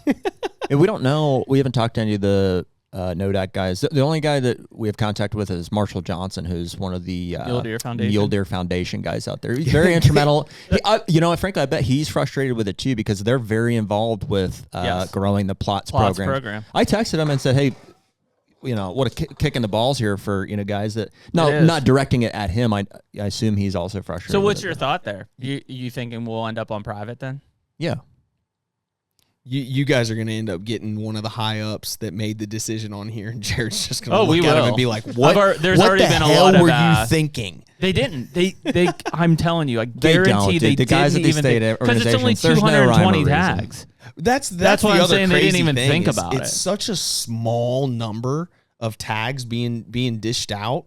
Like the 9.5. You're telling me that 220 tags, all 220 of those people kill those mule deer in 9.5 days. We looked at it. I forget what it is. It's only like a 25% success rate. Oh wow! On the any deer mule deer tag for non-residents. But that's decimating the population, and now you have to wait 9.5 days. What's going to decimate the population is I don't know how many applicants there are, but most of those applicants do donate money to plots during the points process. Yep. And they're going to lose money on the plots program because those guys are going to be like, well, I can't even hunt these now. Right. I think it. That's why they'll honestly, change it. I think that there's negative consequences to residents perceiving damage from non-residents. That's like maybe there is something that needs to be dealt with there. So like I would say, hey, if we're having herd issues or access issues, then okay, we've seen things like lottery systems, work in the past. Yeah, but there. you can bait in North Dakota. There's your low hanging fruit. Yeah, look for other issues. I just hate taking opportunities, which is just tags and access away from people when there's things that are like causing the issue. Probably it's more the root of it, And I guarantee it's not mule deer access issue. It's just normal whitetail access issues in the rest of the state. Well, I don't know, but what happened behind the scenes here, but they probably were getting some pressure from residents saying there's a lot of guys on public land during the early season, non-residents guys. I would say that's probably accurate. And if that is the case, then okay, if I was like on the NODAC board of whatever, I would say, okay, great, let's look at ways to, limit the access, not taking away days from guys who have waited, to draw a tag kind of a thing. Yeah, but that's where I don't think they even paid attention to the 220 guys who drew. They just made it a blanket because they're looking at tens of thousands of non-residents. 220 didn't stand out. They didn't even think about it. They didn't even think. They'll make that change. It'll go back probably in the next 2 years. South Dakota hasn't, but you're right. They also are over the counter. Yeah, they'll realize. Somebody will tell them, hey, that was an oversight. Yeah, I would way rather see them do a lottery system and make the lands available to everybody when they draw. I don't disagree with the whitetail 9.5 day ban, though. Okay. I think that favoring the residents is accurate. You would do that over a lottery system? Absolutely. Why is that? Just because I think a lottery system is gonna decrease the amount of participation in that state from a non-resident standpoint. I would agree with that because you don't think that cutting the first 9.5 days out will? I think guys will just adjust to it. And I think it's more favorable. I don't think that you fix an access issue through a lottery system. I think guys they'll still lock up land. And I think there's still because we're only talking about we're only talking about public access, right? So I don't think that you're going to change much via a lottery system on that side of things. And I still think there's probably a big contingent of people that, because it's a lottery, won't even attempt it. They go because it's over the counter. That's what I was going to mention. And the second it becomes lottery, they're done. Yep. Yeah. That's why it's a money issue. There's a ton of people, because I was those people for a very long time. I was only looking at states where I could just easily over the counter. Sure. I don't want to worry about points and having to sign into this and anything like that. I just started. I mean, there you go. So that fixes the problem. Like if you put a lottery system and then half the guys just don't go, well, yeah, then that is problem solved. But then you're also losing that funding. That's all they care about.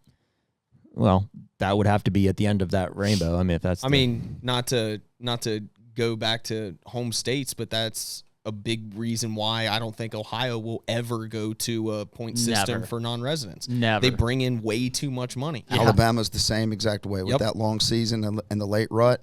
They would never. So many people. Yep. Yeah, no, it's all about money, man. Yeah. Yeah, they don't want to they don't want to actually limit the amount of non-resident hunters in a state. They just want to give some strategic advantage to residents in the state.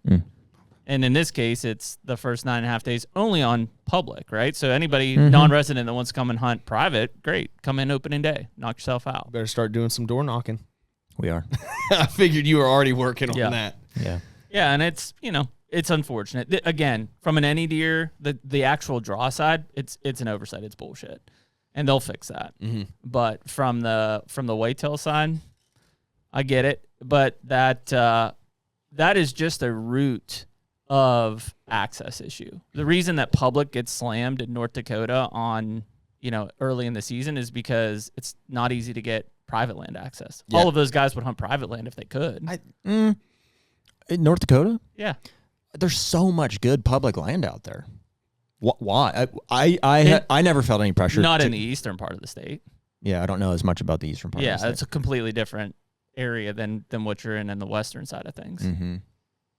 I think just as a general blanket statement, I know you got to be careful doing this. I think in any state, if in the right hand is good private land that only has 2 other people on it, or public land that's hunted all year long, 90% of the people are going to take that private land. No brainer. Without a doubt. Yeah.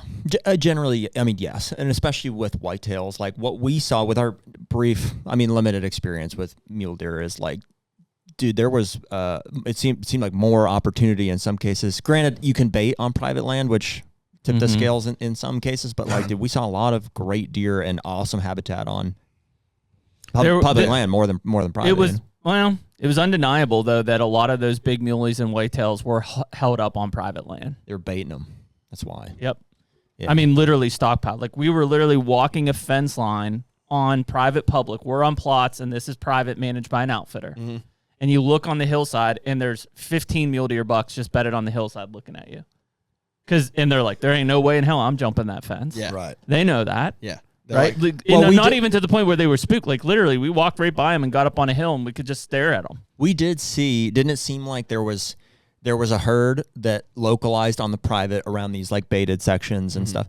And then there would be, like, your rogue. We saw a lot of great deer, off on the public there and stuff, too. So it just, there was just not as much congregation. Yeah, around. And you got to think on your private, that's where the alfalfa fields were. That's where the cut wheat fields were. That's where, I mean, that's all food. Early season mule, they're just different. It's not like, Kansas or wherever, Midwest, where you think about like unpressured whitetail situations where it's very repetitive and in the muleys like are like normal they live habitat in the across desert, the board. and like, especially in that badland country, it's like, they're just out there, dude. Yeah, just roaming. The things, in fact, Jeremy and I had it backwards. Like, we looked at the map before the first time we ever went, and I was like, probably here. This is where we'll find mule deer.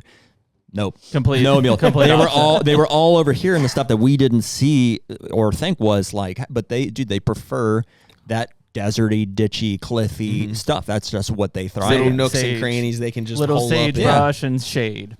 Yeah, that's just what they crave in. So, and still, all of them were localized to like to big ag. So there was like this bed to food. It was really cool. You could sit in one spot and see the whitetails filter up out of these cottonwood bottoms. They're all coming from the timber, timber pockets, and then all the mule deer would filter down off the hills back at, into the same food. So, granted, this is a 250, 300 acre alfalfa. No, way bigger than that. Probably. It was a monster, freaking just giant with bottom. And oh, damn. So they're coming from everywhere. You can sit up there with your binos and just... We watched like multiple 160-inch whitetails come out of the cottonwood bottom across the creek into it. And then on the other side, you're watching multiple 150-plus muleys come out of the cliff lines down into it. There was one night... And they stay very separate. I almost wonder, like, was it a dream? But, like, there was one night where we were leaving... It was not driving out past this piece of private where we knew that, the deer were baited onto and stuff.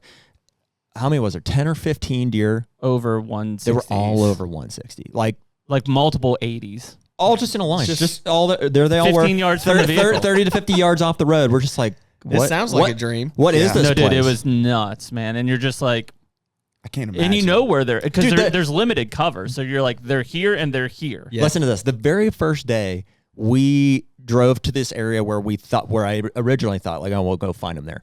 And we didn't. So pretty quickly we bailed and we're like, well, let's go this other road and just go check this stuff out. Come around the first bend, there's two freaking probably 5-year-old bucks bedded 60 yards off the road. You know, and it's an hour before the noon starting time or whatever. We're like, there they are. There they are. Then we just drove the road out, you know, for the next hour. We had to burn, found like 2 or 3 more of them. Like just there they are, working off the roads, off the fields there and stuff. And so we learned pretty quick. And then we ended up killing, not that caliber of deer, but we both killed, you know, nice deer. Nice. On day 2 and 3, I think. And then the next year is when we started into the drought, and all of the deer had Everything moved had out of the changed, Badlands into the grasslands and sagebrush. So now you're stalking in more open rolling country, and dude, they can see you from 500 yards away. Oh, yeah. It's way harder. And then even when you get up on them, they're behind 7-foot sagebrush. So you're like, you just start waiting, and then eventually they catch their wind, and you're like, gone. Yeah, it's a way different game than whitetails. Like whitetails is very strategy. Like, you know, we have trail camera information, and you do see them every once in a while, kind of thing, but not nearly to the level of like mule deer. You see them constantly. It's like a bump. It's like it's a watch them in the morning game, and then just you know you're bumping them or moving on to the next one, and that's it. Hunting all day long. It's way less question marks in your way less like we probably, what do we think here? It's way more. There he is. Let's figure out how to get him. Yeah. We probably saw one of the biggest free range whitetails I've ever seen. It was a monster. Like that deer could have been over like pushing 200. Could have been just bleach white, gnarly. Yeah. Like he came. We were driving. We were leaving a spot, and he was with another just super tall like 8-point. But he came out, and it looked like a fenced non-typical deer. I was just crazy. Like, oh my god! But the difference between those two is like. You bump a muley, he'll run to the next shady spot and lay down. You bump a whitetail, he's in Montana. He's three counties over. Yeah, he's gone. But gone. I mean, there were some absolute, which is, you know, we always, and not that we ever got put in the situation, but it was like, man, if I'm in there stalking on a muley and something like that, I'm punching that any deer tag with that deer. 100%. Like I'm leaving with that deer. So that's the old Denzel Washington interview. I'm from around the way. I'm leaving with something. I'm leaving with something. So, but yeah, it's a different style of hunting. It's some of the coolest territory I think I've ever hunted though. Just from like the scenery, you know, the ability that from sun up to sundown, like you're hunting, like you're on the move. Yeah. You're glassing, you're hiking in, you're spotting and stalking, whatever. Like you're from sun up to sundown, you are on the move. And it keeps it exciting that way. Might have to add North Dakota to the trophy list. Cody supposedly put in for awesome. points last year because we told him to start putting in. Don't quote me on this, but this is Friday. We talked about it, and I thought he drew. Like, really? I thought I'm trying to remember the conversation, but he was telling me that he was talking with you guys about it. So I mean, I don't know if he drew. Well, no, you said whitetails are over the counter. Mm-hmm. So maybe he's just planning on hunting whitetails out there. Maybe. But he seemed very enthusiastic about it. Which it's a cool Cody? Yeah. It's a cool He spot. didn't draw this year, right? I don't know. I don't know if he's I putting thought in or if he's just going to chase whitetails. He was supposed to be putting in for points per our last conversation. He was talking about coming Can out you just with buy you guys. points? You can. Mm-hmm. That's what we do. We just I think he put in for. Yeah, well, he's invited. You know, I invited him, and I just assumed he wouldn't draw because I don't think he has any points. Yeah, maybe he has one or something, but I don't know. He talks about all kinds of different things. Well, there's time for it. So yeah, we don't know what we're doing yet either. So I think looking for some private land options is probably still hoping to get out there. And there's enough of them. And there's some big, you know, it's not like 40s. You know what I mean? There's plenty of people who own over 1,000 acres out there. Big chunks. I was just looking at the participate. There are nice people too. You know, there's people out there. Precipitation out there, just to see where it's been, because that's been the hardest part of hunting out there over the last. Since we started, was if it has good rainfall, then the Badlands blow up with food, and so do the mule deer. And they keep the cattle out of them. And they keep the cattle out of them. If it gets dry, they put the cattle in the Badlands. The mule deer move to the grasslands, and you're going to see a lot of it. We saw 20+ bucks a day. Yeah, in the ag, but you aren't getting on them at all. Dude, it's a very cool place. Well, if you're looking up precipitation, you need to figure out what it's doing here so that Rick and I know whether or not we're going to get rained on setting up tags. Today you're going to get wet. Beautiful. See? You're going to get monsoon. Well, you're not doing anything today, right? We got to set up the booth. You're going to have almost 2 inches of rain in some spots today. Oh, we got it on the way out here, dude. It was a torrential downpour. But you'll, the rest of the weekend's going to be beautiful. They make a custom gear umbrella, like tree umbrella. Yeah, it goes on your head like the hat. Really? Hell no. You guys should make one of those. Not for your head, but for the stand. We should make them just as promo items and just like give away. They come in handy. I used to have one. Yeah, I've still got one. It's in my truck. should make Stays one. in my truck. We'll just do our patented tree bark pattern over it. Yeah, whatever. It looks sick. Or just even a solid. You give me all kinds of ideas. Hey, buddy. I should have a tree stand company. Just keep writing them make down. you the idea farm. Yeah. You guys are doing pretty good, though. You guys got a lot of Trying good stuff. to, dude. Yeah. HUNTR Podcast is brought to you by Primos. Dude, double bowl blinds, the original doe can, and who could forget the iconic Magnum buck roar? I mean, that in a nutshell is Primos for whitetail deer hunters. I mean, that buck roar is by far the best grunt call that's ever been made. I lost it in a CRP field in Kansas, somehow found it, and for the last 10 years, I've been notching every buck that I've called in with that call, and I can tell you there's a lot of marks on it. Been a lot of them over the years, man. I can recall. So my dad actually shot that 160-inch 8-point in Ohio a couple years ago. It was double bolt blind. I just set that up a few days before, and we've had a lot of success out of those over the years. And so right now, you can use code HUNTR, HUNTR, for a discount off anything on the Primos website. That's primos.com. Speak the language.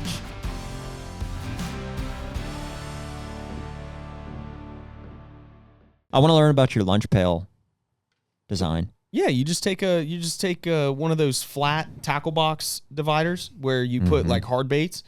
You just flip that guy. You can tape it if you want or spray paint it, and you just. What kind of lunch are you fitting in that thing, though? Well, I mean, it's still probably 2 inches tall. How much put a food sandwich do you take in to there. the stand? I would say A lot. a typical lunch for an all-day sit is 2 Sammys, an apple, probably some of the like cheesy crackers, maybe 2 if I have room, and then a handful of like candy bars. Yeah, probably. I mean, realistically, Goldfish. He's still going. little bag of goldfish. little bag of jerky. Also, thank goodness you've got the half pack. probably some sweets. Probably some sweets, not counting the candy Like bars. if we have if there's a Twinkie, Yeah, I mean, realistically, for First me, sustenance. I love in the half pack, I've got my coffee, Some leftover pieces of pizza if I can. I've got my Form Energy in one water bottle sleeve. I've got my 40 ounce, 40-ounce water in the other side, and then in it, I'll normally take if it's an all day sit, I'll take 4 of the First Form meat sticks, and then I'll take 2 of the First Form level 1 bars, and that there culminates to being about 1,500 calories. But if I go through all of that, that's You lost Jared at calorie counting. Yeah. I mean, it's like 120 grams of protein. Mm-mm. Oh, he's back in. I carry 2 protein bars. That's the most I ever put in a pack. Man, I used to make pulled pork sandwiches before our Kansas trip, and we would crush those before daylight. Almost killed me. I almost choked. He was choked on one. He would have had to jump out and use his harness for the Heimlich. I just literally jumped out of my stand. Just jumped down. Catch me. Just lays on his back and it Pork just pops out. sandwiches, man. Let's go. I got. They were. I was gonna say At 7 a.m., a pulled pork sandwich hits different. I think it's overkill, but I got a lot of respect for the guys that are taking Stanleys and they're putting I carry freaking that exact ravioli in it or pasta. Or you stuff. take coffee in the morning. I do. Yeah. I do. I have that Yeah, exact same. Stanley, Yeah. and that one Well, non-negotiable. has to. Well, There's I'm nothing in the better side than tree pocket stand of that. coffee. I'm a situation based caffeine drinker. So if I know I got like a long hike or something like that where I got to get going, I'll drink my energy drink on the way in. But I Boy, will I'd have to say, shit before I get to the stand. I started doing coffee more and more, and we were talking about the temperature changes this year in Ohio. We had a couple of those big drops in the morning. Dude, It's right. There's at nothing. that point. better. Nothing You can have better your than tree pre-coffee, stand but then coffee. take some. Crack I'll drink that as much as I open. can before, but then Yeah. I'll refill before I go. So that Oh, yeah. 8:30 rolls around and that I'm a little sun's cold. poking Yes. up, dude. Yes. Yeah. That'll get you, Yeah, man. it is crazy for people that haven't drank coffee in a deer stand and it's frigid cold out. God bless. Sorry, Throwing little creatine on you. That is your urine. pee water bottle. There's some amino acids in there too. Man. But it is crazy how like if it's cold out and you get out Makes a there huge difference. and you take a sip, like you can feel it in your bones, Yeah. like warming your bones. Yeah. and now I'm ready for like a November 11th sit. Well, you need that's a critical accessory for any tree stand hunter is. or whatever, saddle hunter or whatever, is you need like a mug that won't spill on you. A watertight. That's the best one. This one's great. I bought a Yeti this past year that is just, it's more of a twist. The only problem I've ever had with these is if you put this in your bag and the bag's full and something presses that, it can go. Yeah, that's fair. Mine always goes in the side pocket. Mine does on too. the. It's almost like the water bottle on the pack, half pack. I've got it taped up. It's almost so like there's quiet. slots made for water bottles and coffee mugs on the half pack. Yeah, that's where I put it. Crazy. Mine are occupied, I think. I'll do a water bottle in one side, and then typically I have because I want to be able to access my tree, easy hangers and stuff, and that's what I put in my. You were just talking about having a bino harness that you love putting all your little stuff in. It's full He's too. got It's full too. Full of snacks. Yeah, I was just about to say goldfish. No snacks. He in the goes bino in, harness. he goes in for Pop-Tarts. that. Yeah, we used to. Well, actually, it was it at TAC where we would take our binos out and just put beers in. Yeah. That's You don't a need good call. We crack it the open beer and be like, goggles. He's getting into the stand. He goes to try to grab his binos, and you just hear. See, that's another lesson too. I don't ever take those to the No stand. No, plastic gotta have bottles. reusable. No plastic Yeah. bottles. no plastic bottles. Let's take some Nalgene. Yeah, we're just full of tips and tricks, baby. There's People so many pick it little up. things, man. It matters. That's the experience coming out. Well, that's the thing. The only reason we know those things is because we've messed up on the other pieces to get to that point. So when you go to Kansas, those will be all day sits. That's what you're planning for. Oh, or? dude, the only time I'm not going to be in the woods is if I'm sleeping. I killed that buck this year at I think it was 11:30. Yeah. It poured the whole night the night before and into the next morning. It was It was the only morning actually I didn't go. We didn't go at first. Yeah. Jeremy and his dad went and sat in the blind, but then we went out at 8:30, 9:30, something like that. And We were talking about that driving out because we started getting some cuts in the rain driving out, and the fog was in the hills, and we're sitting there like, man, Right after this rain, those deer are going to be moving. And thinking that it's November, even though it's end of May right now, but we're like, we could get up this hill right here, just driving down the highway. Well, dude, you always get it. Like when he killed that. So yeah, we went out in the morning, sat in the blind, monsooned, didn't see shit. was a And tough then I think we were coming out when you killed, or I can't remember how that worked. that day? Yeah. Yeah, you guys got, when it stopped raining, you guys got out. Cause We got out, yep, and then you guys went in, and then you shot yours, and I think you were still everybody was pissing me. getting it out, and then it was like, that was kind of like a needle in the vein. I'm like, all right, so I was like, new spot, like up on the top of the hill, this rain's gonna stop. The last day. I got soaked to my fucking underwear. Like it never stopped raining. I hiked in like up this giant ass hill to this top, and it looked great. Sweating your ass off. But again, once I hang the set, I'm like, here he's gonna come gonna be right like this. here. This is how. And by the time the end of the night, and I hadn't seen a deer, I'm just like, I have every bit of confidence. If we had 2 more days, you would have killed one. yeah, we were just figuring them out. My uncle had a booner at 25 yards that he couldn't get stood up. It surprised him. It was We he was sitting on kinda- a field yeah. out He was and it just there. out of nowhere. we kind of got married to because we were with an outfitter on this one. And so we kind of got married to where they said we should generally be. Mm-hmm. And then by the time the end of the hunt was coming, it was like, no, that's not where we need to be. Right. And so you just start, and that's how he killed. And I was up in the woods on another one where I had a really good buck on me. But yeah, I mean, you just run out of time. That's the hard part about trips is at what point in the trip do you cut your spot and move to another one? I only give it 2 sits unless the deer tell me otherwise. yeah. And then you make your move. And then I'll move again. Like, are you making big moves? Like Typically, total different It depends properties? on what the deer. No, not total different properties. Most of what the properties I hunt are big enough that you can move 3 miles and still be on the same forest, right? okay. The same WMA. So, Mhm. but yeah, if in 2 spots the activity isn't there, and I know most of my stuff again is rut. Because Alabama, you can hunt the rut from November to whole way February, through. depending on where you are. Yep. And so I'll bounce her out just based on time. And I know you can just sit a spot out in the rut, but I hate doing that. I'm too ADD, so 2 spots unless it's hot and the bucks are in, or does are continually in there, and I'm all over them, and I'll micro adjust in there. But if it doesn't feel good after 2 sits, Out. I'm out to another spot. Yeah. Me too. Dude, it's constant analyzation of the of the data, like of your intel. Yeah. Like that's what deer hunting is at the end of the day. It's like, what do we know? And every time you go out or every time you wake up and look at your camera feed, you learn something. Yeah. So it's just piece, as you're saying that, I'm analyzing for myself, like what would dictate if I'm going to sit a spot continually or if I'm going to move. It's just, it really is information. It is. At the end of the day, and or a gut feel. The two deer, I killed a mid-50s 8-point in Illinois I hung the stand the day before in the afternoon, hunted it that afternoon, killed him the next morning. Mm-hmm. That was on like the 1st on the 1st. November? Yes. Yep. And we had some intel. Not exact. We had some. We knew he was, yes. Got a picture of the deer that I killed on that farm the day before. Yep. At night, you know what I mean? But I was just enough to be like, he's around. Is in this area. And it was the first time going onto that ridge. Mm-hmm. And I just, when you go onto a spot, and I told Jeremy, I'm like, this is the best tree stand I've ever hunted. Like, it's like, this is it. This is it. And it was a classic case that if you had, and you didn't, but had you waited till the cameras told you when you should have been in that spot, it would have been too late because the picture was him trailing a doe at 9 in.the.morning towards Jared. Yeah. Well, and you know what? I might have still killed him. If that had been the case. What do you mean? If we got a picture of it, and this comes down to knowing the farm. So if we had gotten that picture that we got, which was him trailing a doe down on this ag field edge, now knowing what we know, we would have said there's at least a 50% chance that he pushed all the way up and into this. Oh, yeah. This thicket.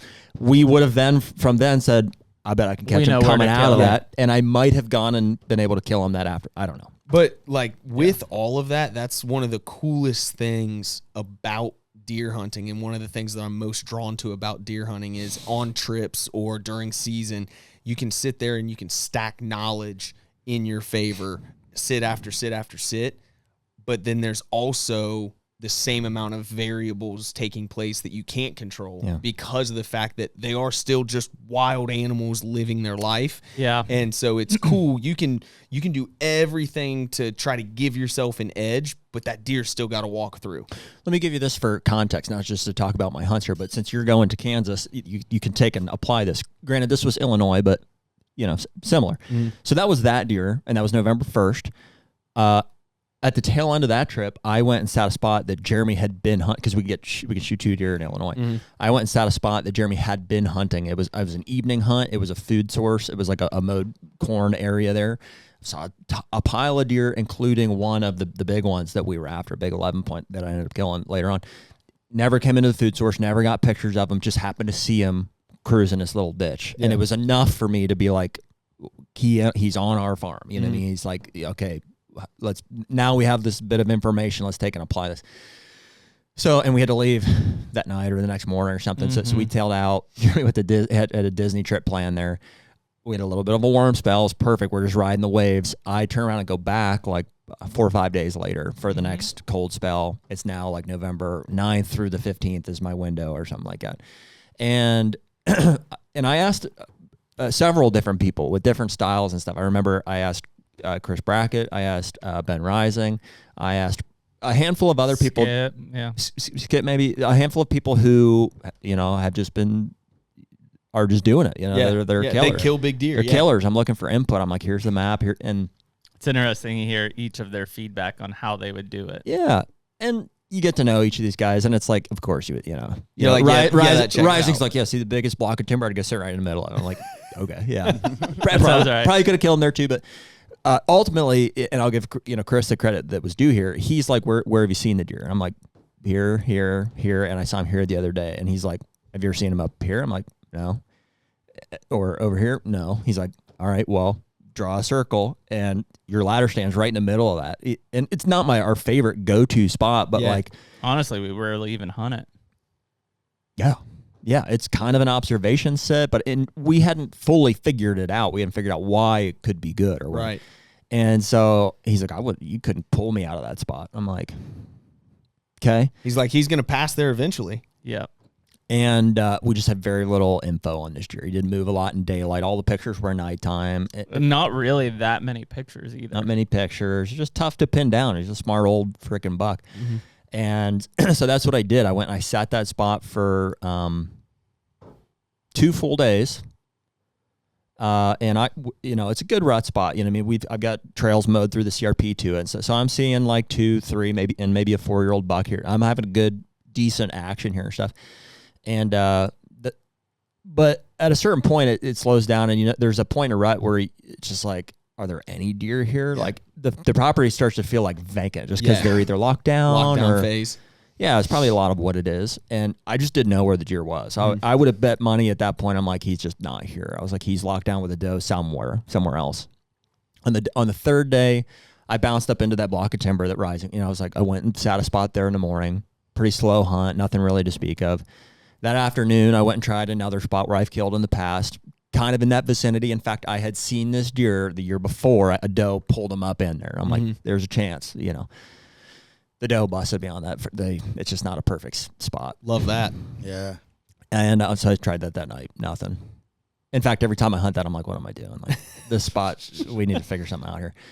So then it was the next to last day, but it was the 4th day of the hunt. I went back to the ladder stand, and I could have made a critical mistake there. He could have come down but regardless, on the 4th day, it was like at 8:30, maybe 8:30, 9 o'clock. Sure enough, that sucker got up out of this little, in hindsight, there was like a little 2 to 3 acre, just a little pocket like up against the creek that I'll guarantee he was in the entire time. He never left it. Yeah. He was in that thing the whole time. He was exactly where I saw him come out of the week before.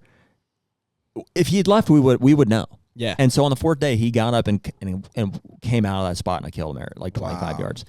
In a spot that we would have never, if you were relying on trail camera pictures, you wouldn't have seen him. Yeah. You would have never known he did that. So in terms of moving, the question would be based on what? Just to try a new spot? You know what you know, and that either dictates to continue to sit as long as you feel like and I learned so much from that hunt there, just to be like, I'm so confident that the deer was in there the entire time. I was within 100 yards of him for 48 hours within the first 2 days. And he just never got up and left. I think those old ones during that phase of the rut there, they'll do it. And if you can find the pocket and you can find the back door and you can wait them out, I think you can kill them doing that. I think a big part of that too, and whether you're hunting with a group or whatever it is, or you've got other guys hunting the property, and communication is like his hunt on that side, not just on our farm in general, but just deer like that in general. I would have never thought that. Yeah. And I mean, I've been bow hunting since I've been 12, right? For 30 years. Yeah. I would have never been like, dude, that 6.5-year-old buck is just living in this 5-acre thicket and just banging does left and right. And never, there's no way. Like, deer they have to move. And I'm sure he did slip in and out on some, but the fact is like he was there. And when he slipped out the back door and Jared killed him that day, that was probably one of the biggest movements he had made in who knows how long. Yeah. And so immediately, even though I'm not there, I'm soaking in all that data to think about the deer that I'm hunting this year. And I'm like, damn, dude, how many deer did I think were not even on my farm? Yep. And yet he was just living in this 5-acre honey hole and not moving. I'm not seeing him on camera anywhere. The neighbors aren't seeing him. Yep. Like, he's just quote unquote gone. They hunker down. And he's just hunkered down. Well, and the other thing about it is, if that spot was so good for that buck and that buck is no longer there, somebody else is going to move right in. Somebody else going to move right into it. No doubt. Yeah. Those become the repetitive opportunities that you can just continue to capitalize on them. And some of the best big buck killers have those hunting holes. Yeah. And they'll just keep stacking. It's not perfect either. I mean, to get to that stand, you're walking through more past a food plot, past stuff that you don't want to walk past. Yeah. Right. It's not perfect. You're like, I should be here. But I think that's a lot of like the guys that you see that are really successful killing year after year is like they have the ability and we can read that confidence from guys like Andre and Cody's obviously getting there too, but it's just like, how far do you go? You know what I mean? You don't just stop at the first thing and say, okay, this is a good spot. It's like you have to take all the information that you have and understand how far do you go.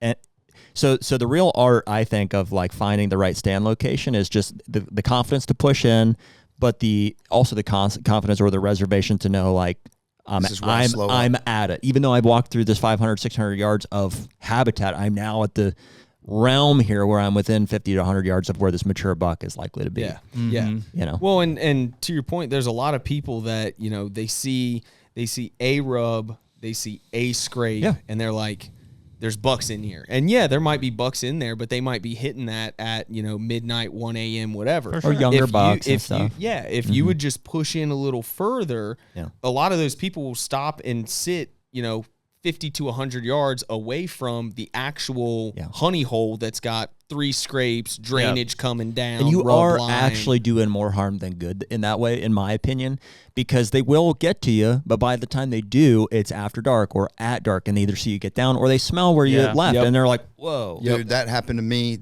So you have to be aggressive. Yeah, it happened my very last sit this year in Alabama. I think it was February the 1st. So that season goes out the 10th. And this piece of property is private. It's a very small piece of property. I say very small. It's like 85 acres. Exceeded your threshold. And it's landlocked between a lot of big properties. I have to drive a mile to get to the property through somebody else's. And so I know it pretty well, and I've got some history on it. And I was going to sneak into a spot the last hunt. I'd been hunting, again, kind of my 2-hunt rule. Some stuff wasn't panning out. It's time to move. And I'd been telling my buddy, you need to go to these scrapes in this corner over here in this road. I had a bunch of pictures this time of year last year of bucks daylighting. Historical data, huge part of it. Nobody would go. He was seeing some deer, so I was like, screw it, I'm going to go there this afternoon. And I got to that spot where overlooking the scrapes, and I'm kind of sitting there and I'm like, all right, there's not a really good tree here. What can I make work? And I just literally stood there for like 10 minutes. Which sometimes is what you have to do. And just slowing down, paying attention, and you start picking up. Well, I see a couple of rubs leading that way, a little bit closer to the bedding area. Could I move just a little bit further? You know, you take a couple steps, you kind of glass. I don't think I'm going to bust anything if I go in there. Push just probably 50 yards further than I wanted to, or than I intended to initially. Killed a buck that afternoon that was locked down with a doe. She comes right by the tree, and had I stopped, I would have got to see the entire thing. He comes in trailing her as they're getting, he's about to give me an 8-yard shot. She walks right under the tree. 2 more bucks come in, like, trying to chase her. So now he's running them off. Oh, yeah. And so I would have got an unbelievable show and had a great encounter, but would have been way off the mark. And then was fortunate. I mean, that's the game with bow hunting, right? Yeah. It literally is yards. Yes. Yards difference. 15 yards off this way, and they're out of range. 20 yards out of this way, you don't even see them. Yeah, unfortunately, I aggressive enough, put myself in position and put him on the ground for that. I think you have to be. I mean, I get everybody's, especially if you're hunting like 20 or 40 acre private piece of ground or something. You know, people want to be very cautious in the way that they hunt things because you bump that deer off, you know, and he may never come back, right? But aggressiveness isn't just like reckless, right? It's calculated. And so in that same breath, you took 10 minutes, you analyzed everything, you knew where your wind was coming, you knew the bedding area, you see sign that's indicating that this is the direction they're coming from.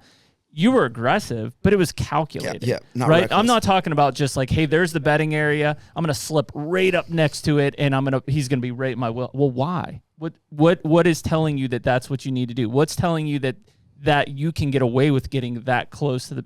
And people look at those, and I don't think that they really go through the full motions of understanding how you can be calculated and aggressive. Right. And most of the time, they're going to be uber conservative, and they may be in the game, they may see it, but it's never going to lead to an actual execution. It takes patience too. Like in the case of this, the Kansas buck that I killed last year, I may not have ever killed or seen that deer if it didn't rain the way that it rained. Absolutely, because that's what prompted me to think that I could even get close to where I was going to, because I went way. You wouldn't have been able to get close. I went way in. The only reason I may have thought, like, I mean, you can look on a map and say, oh, that's deep in there. Like that's, they got to be in there or something. But the only thing that gave me the confidence to think maybe I'll try that is the fact that because dude, I had been creeping around the days. Was it the day before that you climbed up in that tree without a stand? Yeah. But you were like, boy, I'm getting closer. But I could tell I was getting closer. Yeah. I was hunting my way around. You weren't in the game. No, I was. That was such a great. I wish I could take you guys to that spot to say, all right, over the course of a week, here's where I hunted. Here's So started here. I hunted 5-6 different spots over the course of a week. Started here, and I felt like, okay, I'm getting closer. And we really had no intel to go on. Nobody was seeing deer. The sign was not. There wasn't a lot of sign. The day before was the day that you crept into that tree was the day I pushed way up into the timber. That's what did it for me. I got a little bit. I was like, oh, Jeremy. And all of a sudden I was like, I was the guy in the deer. Like I was covered up all day. You're like, well, if Jeremy can make a move, I can make a move. Well, that was the math. I said Jeremy's in the timber. Jeremy's seeing deer. Deer in the timber. I got to be in the timber. You're like 1 + 1 equals 2. I was mathing it, so I was like, all right, I got to get in the timber. So I followed his lead kind of, and I not in the same way, but I was just scouting. A little different. I was scouting his property throughout the day. I hunted this pre-hung stand in the morning, and it was just really slow, like it had been. I did end up seeing a 3-year-old or something. I was like, okay, I got to learn something here. We're getting down to it's the 4th of a 6-day hunt, something like that. So I get down and I creep down into the bottom there, and I'm seeing some sign now here. I'm getting into something here. I walk some drainages, some Osage bottoms and stuff, and I find a tree in the bottom of a ditch. So imagine your hogback setup. I get to the bottom in the ditch, and there's a big convergence of trails around some Osage. Yeah, there's an Osage tree that's like you would have gotten the exact same tree. I'm 100% I would have looked at it and be like, yep, that's it. So and it was so much fun, dude. There's nothing better than being super early, like hunt in the morning, never going back, scouting your way into a new spot, and then just taking the next hour and a half to get in a tree. Like, because I've gone so slow, and I'm just gonna slowly take my time, bring my stuff up. I didn't have my custom gear with me because I was planning on hunting that pre-hung ladder stand all day. Yeah, so I didn't have it with me. I got down, I found this Osage tree, and I'm like, getting to a point here where I'm like, I need to probably get in a tree here at some point. Well, that is our new patented product, is a movable tree. It comes in oak, Osage. You know, I've thought about that so many times. Like, how do you just make a tree? How do I plan to get a tree? Yeah, right here? Yeah, a 5.5 pound tree. Yeah, just grow. But it's a bean. It comes in the form of a bean. With going back to the calculated aggression and stuff like that, I'll tie it all in. But my brother actually, he doesn't even use binoculars because, to your point, you were talking about.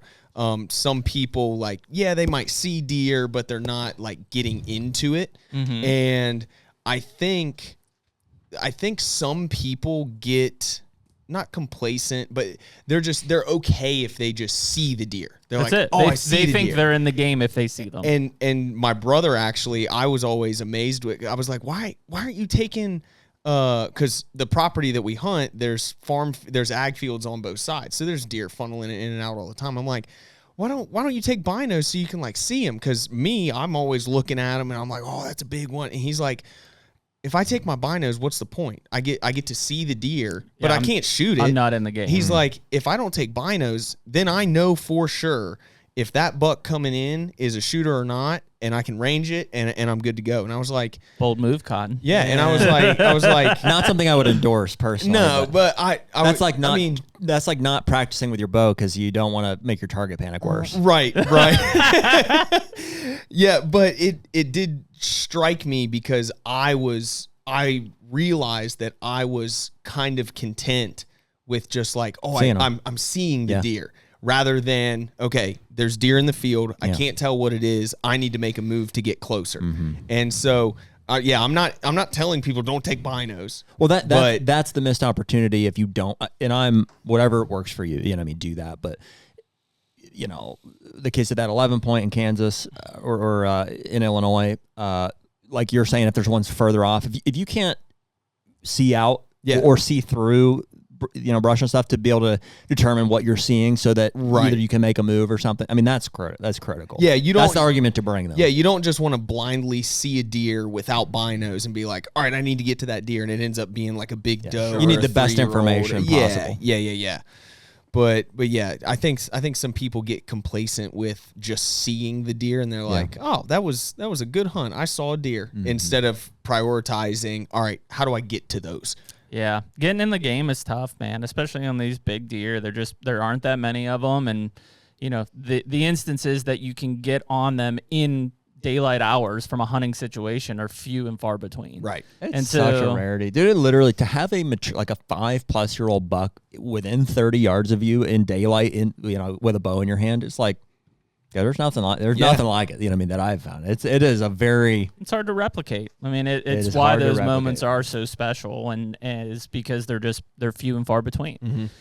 You know, and so I think it goes back to the experience thing. Like, you just have to kind of put it into perspective of what you're looking for. Like, we'll go to Nodak, and I'm sure that Jared and I are both looking for a mule deer that bigger than we killed the first time, right? Like, why wouldn't we? You know, that said, if you know, we creep up like I did with mine, creep up over the edge and you look straight down and there's rack underneath you there, in that moment you might be like, this is what I'm looking for. Yeah. You know, and so that's what you just have to figure out. And so everybody's different. Like, dude, if we went down and hunted Alabama, like if a 4-year-old buck comes blowing through, grunting and chasing, I would put an arrow through his freaking lungs in a heartbeat. Dude, I tell you what, so we went would do down. it with you better do it with a 3-year-old. probably. Chance, I'm just telling you. We've been going there for 4 or 5 years now that Leishan kickstarted this deer camp, and it is some of the toughest hunting that I've done and some of the most fun I've ever had. Yeah. Because Dude, hunting the South is different. I know Rick obviously is like ingrained in it and stuff, but like I moved from Pennsylvania to Mississippi, so like a huge culture change, right? And just like even hunting the rut in December and January, right? Like I'm used to it being done by Thanksgiving. Yeah. And I'm walking through, because obviously December, January too is a wet season down there. Right. You know, so I'm wading through areas that I had scouted that I'm like up to my waist in water and watching like moccasins that look like otters, you know, and I'm just like, where am I? Yeah. Like, what am I doing right now? Well, and that's what I was telling him on the ride out, is one of the coolest things that I've found while hunting Alabama is in one track.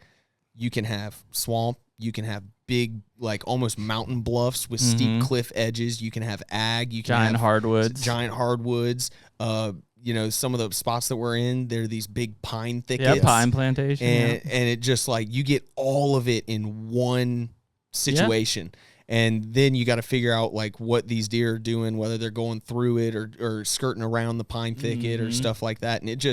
And it's a lot of fun too, because one, it has the old school deer camp vibe, deer camp aspect, the camaraderie, and two, we go down during rifle season. And so, you know, we kill ourselves all year long, bow hunting and trying to play it correctly and trying to do everything right. And then we go down there and it's like, you go out, you just have fun. Just stack 'em. Sometimes a lot of the guys will bring their boats down, and so they'll hunt 2 and 2, and Yep. you go up this ridge, and I'll go up this ridge, and well, if you shoot, then I'll wait till dark, and then I'll come to you, and we had a lot of that with myself and my buddy Big John, and it was just, there was one instance when I shot that doe, we came to a passing, and there was this big, massive drainage coming down, and he was like, all right, I'm going to get up into this. I saw a buck there, yesterday, and I said, all right, I'm gonna push up to the next drainage that we hadn't seen before, and I'm down like almost on the river bottom, and dude, I'm just walking. We had just split. He just made it to the first little section of the ridge, and we had just split, and up popped this doe, and she did what you never do, and she popped, bounded 20 yards and looked back. And I said, okay, and shot her. And all of a sudden, here comes John running around the edge. He was like, did you get it? I said, it's a doe.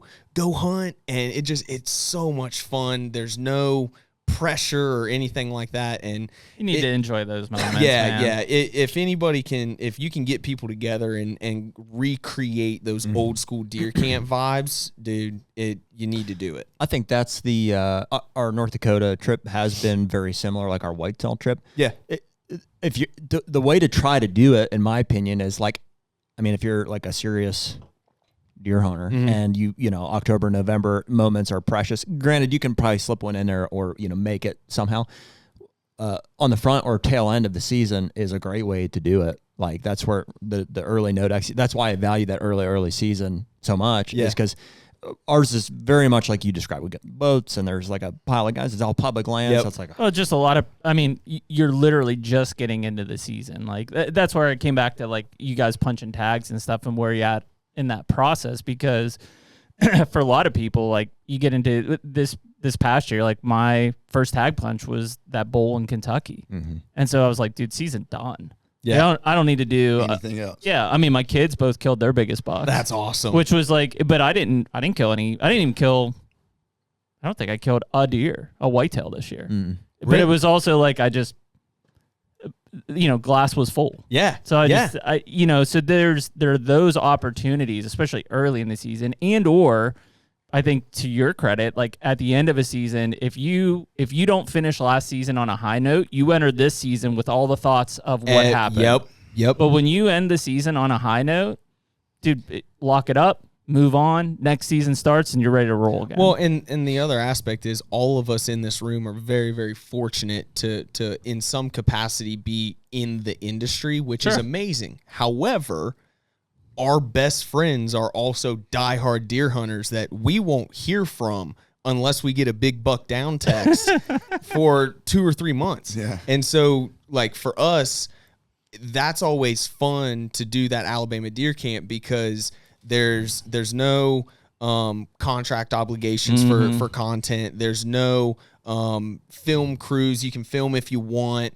But then all the guys get to come together and it's like, well, what'd you do this year? Well, what'd you do this year? Yeah, it's a cool recap. That's really, really fun. HUNTR Podcast is brought to you by Bushnell. Man, what an iconic brand. I mean, I vividly remember growing up, it seemed like every serious deer hunter had a Bushnell pair of binoculars or a Bushnell rifle scope. You knew that those guys were serious about what they were about to go with if they were packing the Bushnell stuff. No doubt, man. I remember Bone Collector guys and so many others that we've respected over the years. It's always been like your grandpa's rifle scope.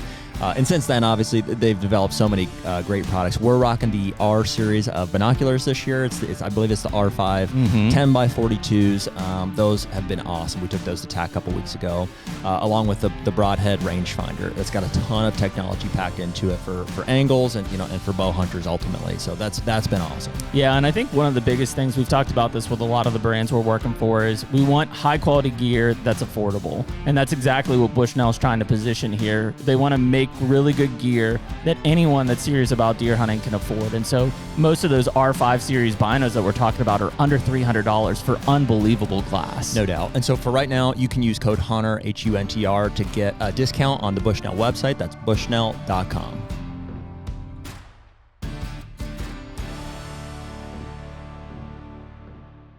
For me, the kickoff, at least last year and again this year, is going to be the roadshow. That's mid-August, dude. And it just like I'm full mast at that point.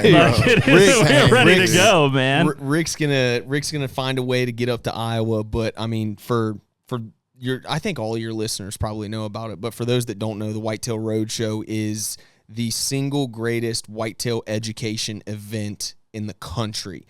You come, you buy a ticket, you come, and you leave with a college degree in whitetail education. What are the locations this year? So this year, I'm trying to do it based off dates as well. We're going to go Virginia, August 1st. Virginia, August 1st. We're going to go Georgia, August 8th. We're going to come up to Jared's place. August 15th. And then we're going to wrap it up in Iowa. August 22nd. Yep. And we've got more sponsors, bigger prizes, bigger giveaways. The roadshow competition is going to be more fierce. I saw I was just looking at his roadshow. There's is there a night before event or something? Yeah, so that's new this year. Cody implemented the campfire pass. Campfire, yep. You can look. I think they may already be sold out already, but how many passes are? I know Cody wanted it to still be intimate, so I think each location is romantic. Something like one-on-one time with Cody in his van. Look, but don't touch. Jokes on you. It's actually just it's a hot yoga session. It's a full body workout. It's a full body workout. Yeah. You better stretch out. Yeah, exactly. Mainly glutes and hams. Yeah, for sure. But I think it's only like 10 to 15 tickets. Oh, cool. So I don't think it's even available on our. No, I think it's sold out. I don't think it's available. I don't think it was offered. I'm pretty sure I don't think it got offered. It may. Oh, really? Yeah.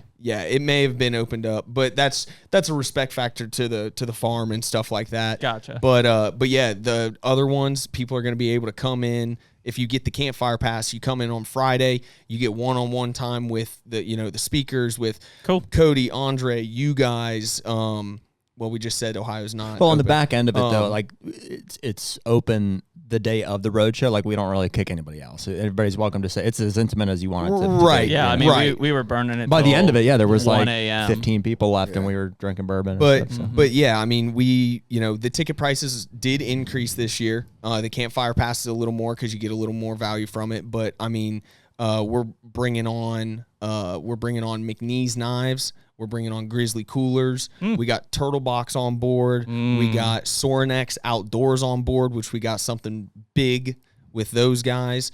Pretty much everybody's doing, giveaways. Our standard sponsors, Hoyt, Vortex, Onyx, obviously Lone Wolf Custom Gear, Osseo, Joe Miles, I think is going to be speaking in Virginia and Iowa. For sure, Virginia, maybe Iowa.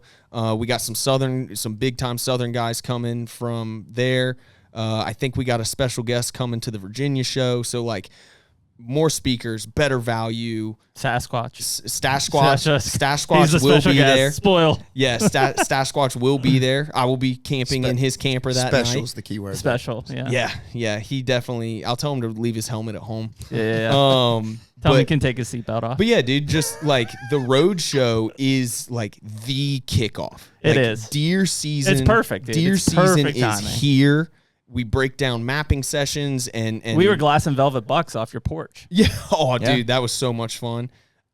Just like the deer starting to move, getting a little more daylight.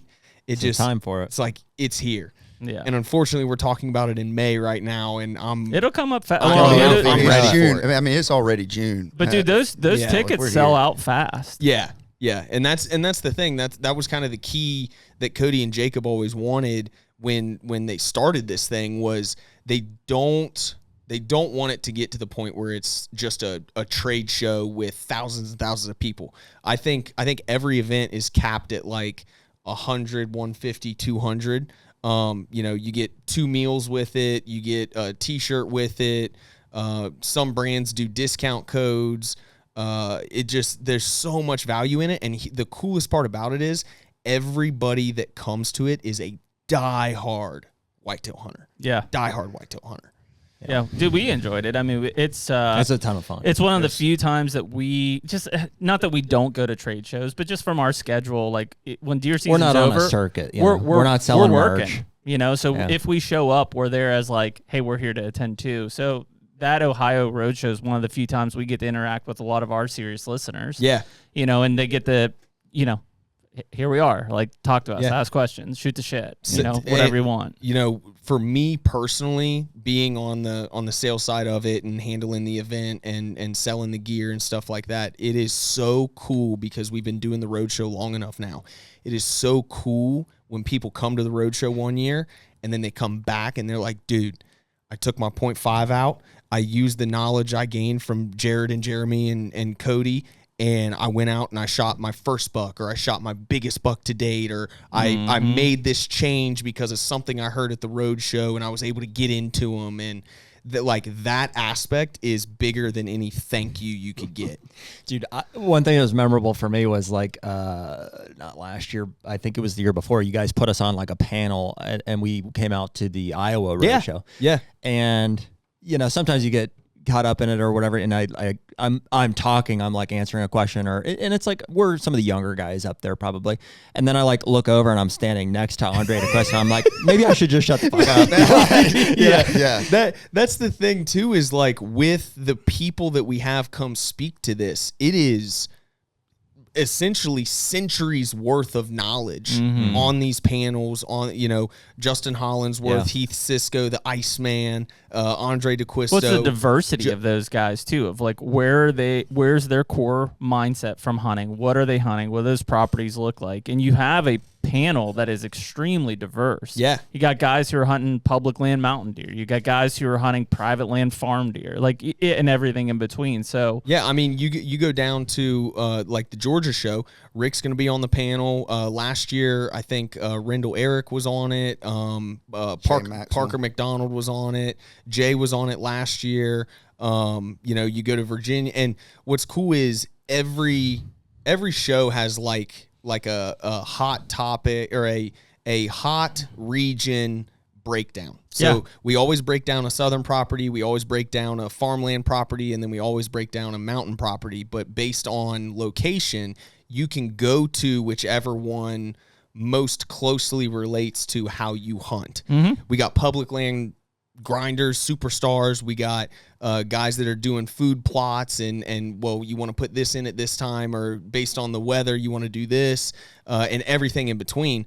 And the amount of bone accumulated just by the speakers, not even like our staff guys that come and help out, but the amount of bone just from our speakers gives them doctorate degrees in whitetail hunting. I mean, it's incredible.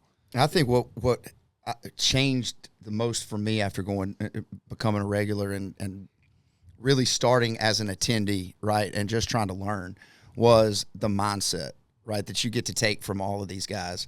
I mean, you can break down maps on YouTube with people, right, and then we listen to guys on podcast and we try to take things. But when you get to sit face to face with a dude and you hear his challenges and obstacles, not just his highlight reel, it's like, so I'm not necessarily as far off as I think. No. Right? I just need to maybe push a little bit further or be a little bit more aggressive or a little bit more patient. I agree. Well, could be just be in the check. presence of killers, just to learn their mentality and to see because how they're we tend perceiving. to put them on a pedestal, You like do. and Sure. rightly so, right? In the world of deer hunting, we should. Because But it's like, dude, they screwed up too. how they many haven't killed every to big hear buck they Cody crossed their say path. to hear Cody say, dude, I get blown at every time I go hunting. Yeah. Well, you wouldn't think that. Or to hear somebody say, it took me 37 minutes to hang I felt like I'd never hung my stand before. And you're like, dude, those are your deer right there, and you have struggled with the same thing. Yeah, Same thing. It makes them human. Yeah, and it allows you to take some pressure off yourself, because now you're not trying to live up to an impossible standard That you've created. right? You're trying to say, okay, let's back up. I mean, now. We're all just dudes, I mean, man. There's a lot of attendees that have never heard of Andre's bump and dump method. There's a lot of people, like you said, that come through and they're like, well, if I bumped a deer, then my hunt's over and I need to go home. Yep. And then they talk to you guys, they talk to Andre, they talk to, whoever we've got up there, and it's like, oh, they struggle with the exact same things I struggle with. And it's just their perception and now how they deal with that. It opens up everything. I bumped a deer. I don't have to completely abandon this place, right? A deer blew. It doesn't mean that the spot is gone for the day, right? Like there's a ton Just you can take from experience that. and wisdom that you're getting, and having that gut check come back to you to reaffirm some of the things that you're wondering or thinking. Again, especially at that time frame, you walk into the season a more confident deer hunter than you did without going to that. Yeah, without a doubt. And it's in August. Deer season is right around the corner. 2 weeks away from a lot of people. Yeah, it's pumping through all our veins at that point. Yeah.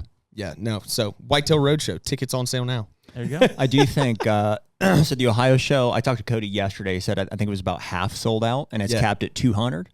So which I believe is our biggest show. So most of the other shows are probably like 100 to 150. Okay.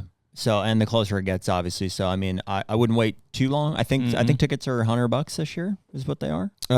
Standard ticket, right? I believe, is 100. Campfire pass, I believe, is like 139, 125, something like that. So those will sell out. I mean, they sold out last year, a couple of weeks Every ahead, show was sold out last year, and we had to make some exceptions in a couple of cases. But so we want everybody there. So I would get on those sooner than later.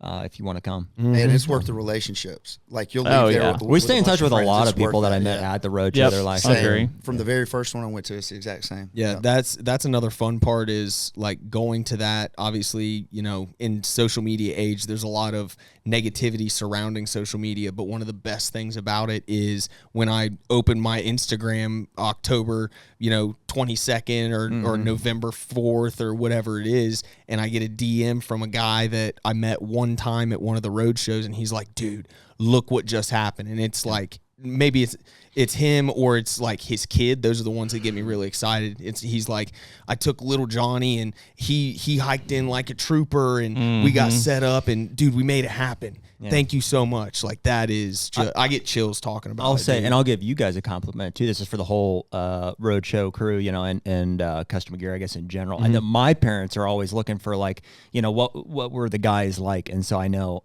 unprompted, they were like, man, what a respectable group of guys. Like, they were so polite. There was no trash left over. And they're like, you know, so you think about, like, people think custom gear, you know, you see Cody with all his tattoos and stuff. Yeah. You might think like, oh, these guys all think they're hard asses and stuff. The stigma is the bad boys of mobile hunting. But no, dude, it's like, I think that it's just a very tight-knit community. Mm-hmm. They're really good guys that want to help people. I mean, it's very open too. It's like, we love seeing new people show up that have never been to the road shows, especially kids who are timid. You can tell they're nervous to be there. It's like, dude, get in here. That's the thing that sold me on the brand with the very first road show.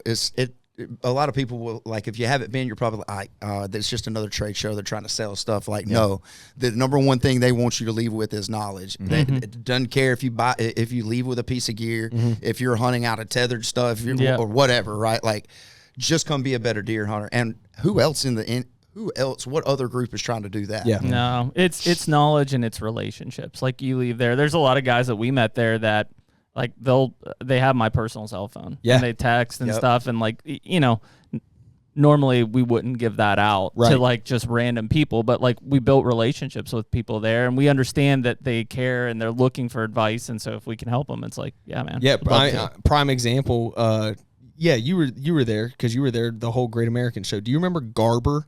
Little kid. Yeah. His dad hit me up. He sent me a screenshot. He's like, dude, we'll see you guys in Virginia. And that's awesome. Garber's like a 10, 12-year-old kid obsessed with Lone Wolf and anybody associated with it and they the were crew at the and booth stuff the like whole that. Time, he was man. sitting there flexing and doing stuff with the guys. And so we got something special for him coming in. But you made a good point. That's a really cool thing to see, like, the next generation coming out and falling in love with it organically just by being involved with it. So it's a lot of fun. Even us coming from the out, you know, we haven't always been part of the Lone Wolf family per se. So there hasn't been one time where I felt like people were standoffish or it's like, you know. Well, Rick knows.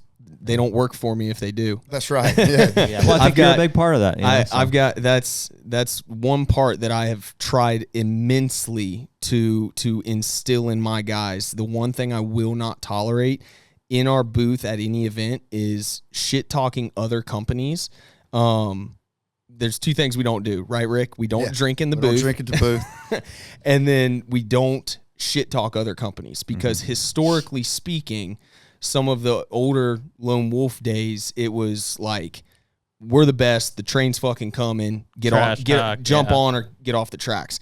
And that's all good and it has its time and place and stuff like that. But if you are working a booth for me and you're representing something bigger than you, my guys know if I hear you shit talking a company to a customer, I'll send you home right there. Like, go to the Airbnb, pack your stuff, go home, because nothing deters someone from supporting a brand more than if that brand just shit talks other people. Mm-hmm. And so, like, my guys know if someone comes up and they're like, oh, you know, I've got this system and I'm looking at this, and they're from competitors, I train my guys. I'm like, hey, tell them, you know, oh, I've heard they make good stuff, or, you know, I used to run that stuff back in the day, and then move into, let me show you why I feel our system is. Let your product do the talking. Yeah. And that's another nice piece about it is I've been all in on Lone Wolf since before I worked for the company. So I truly believe we make the best stuff on the planet. Mm-hmm.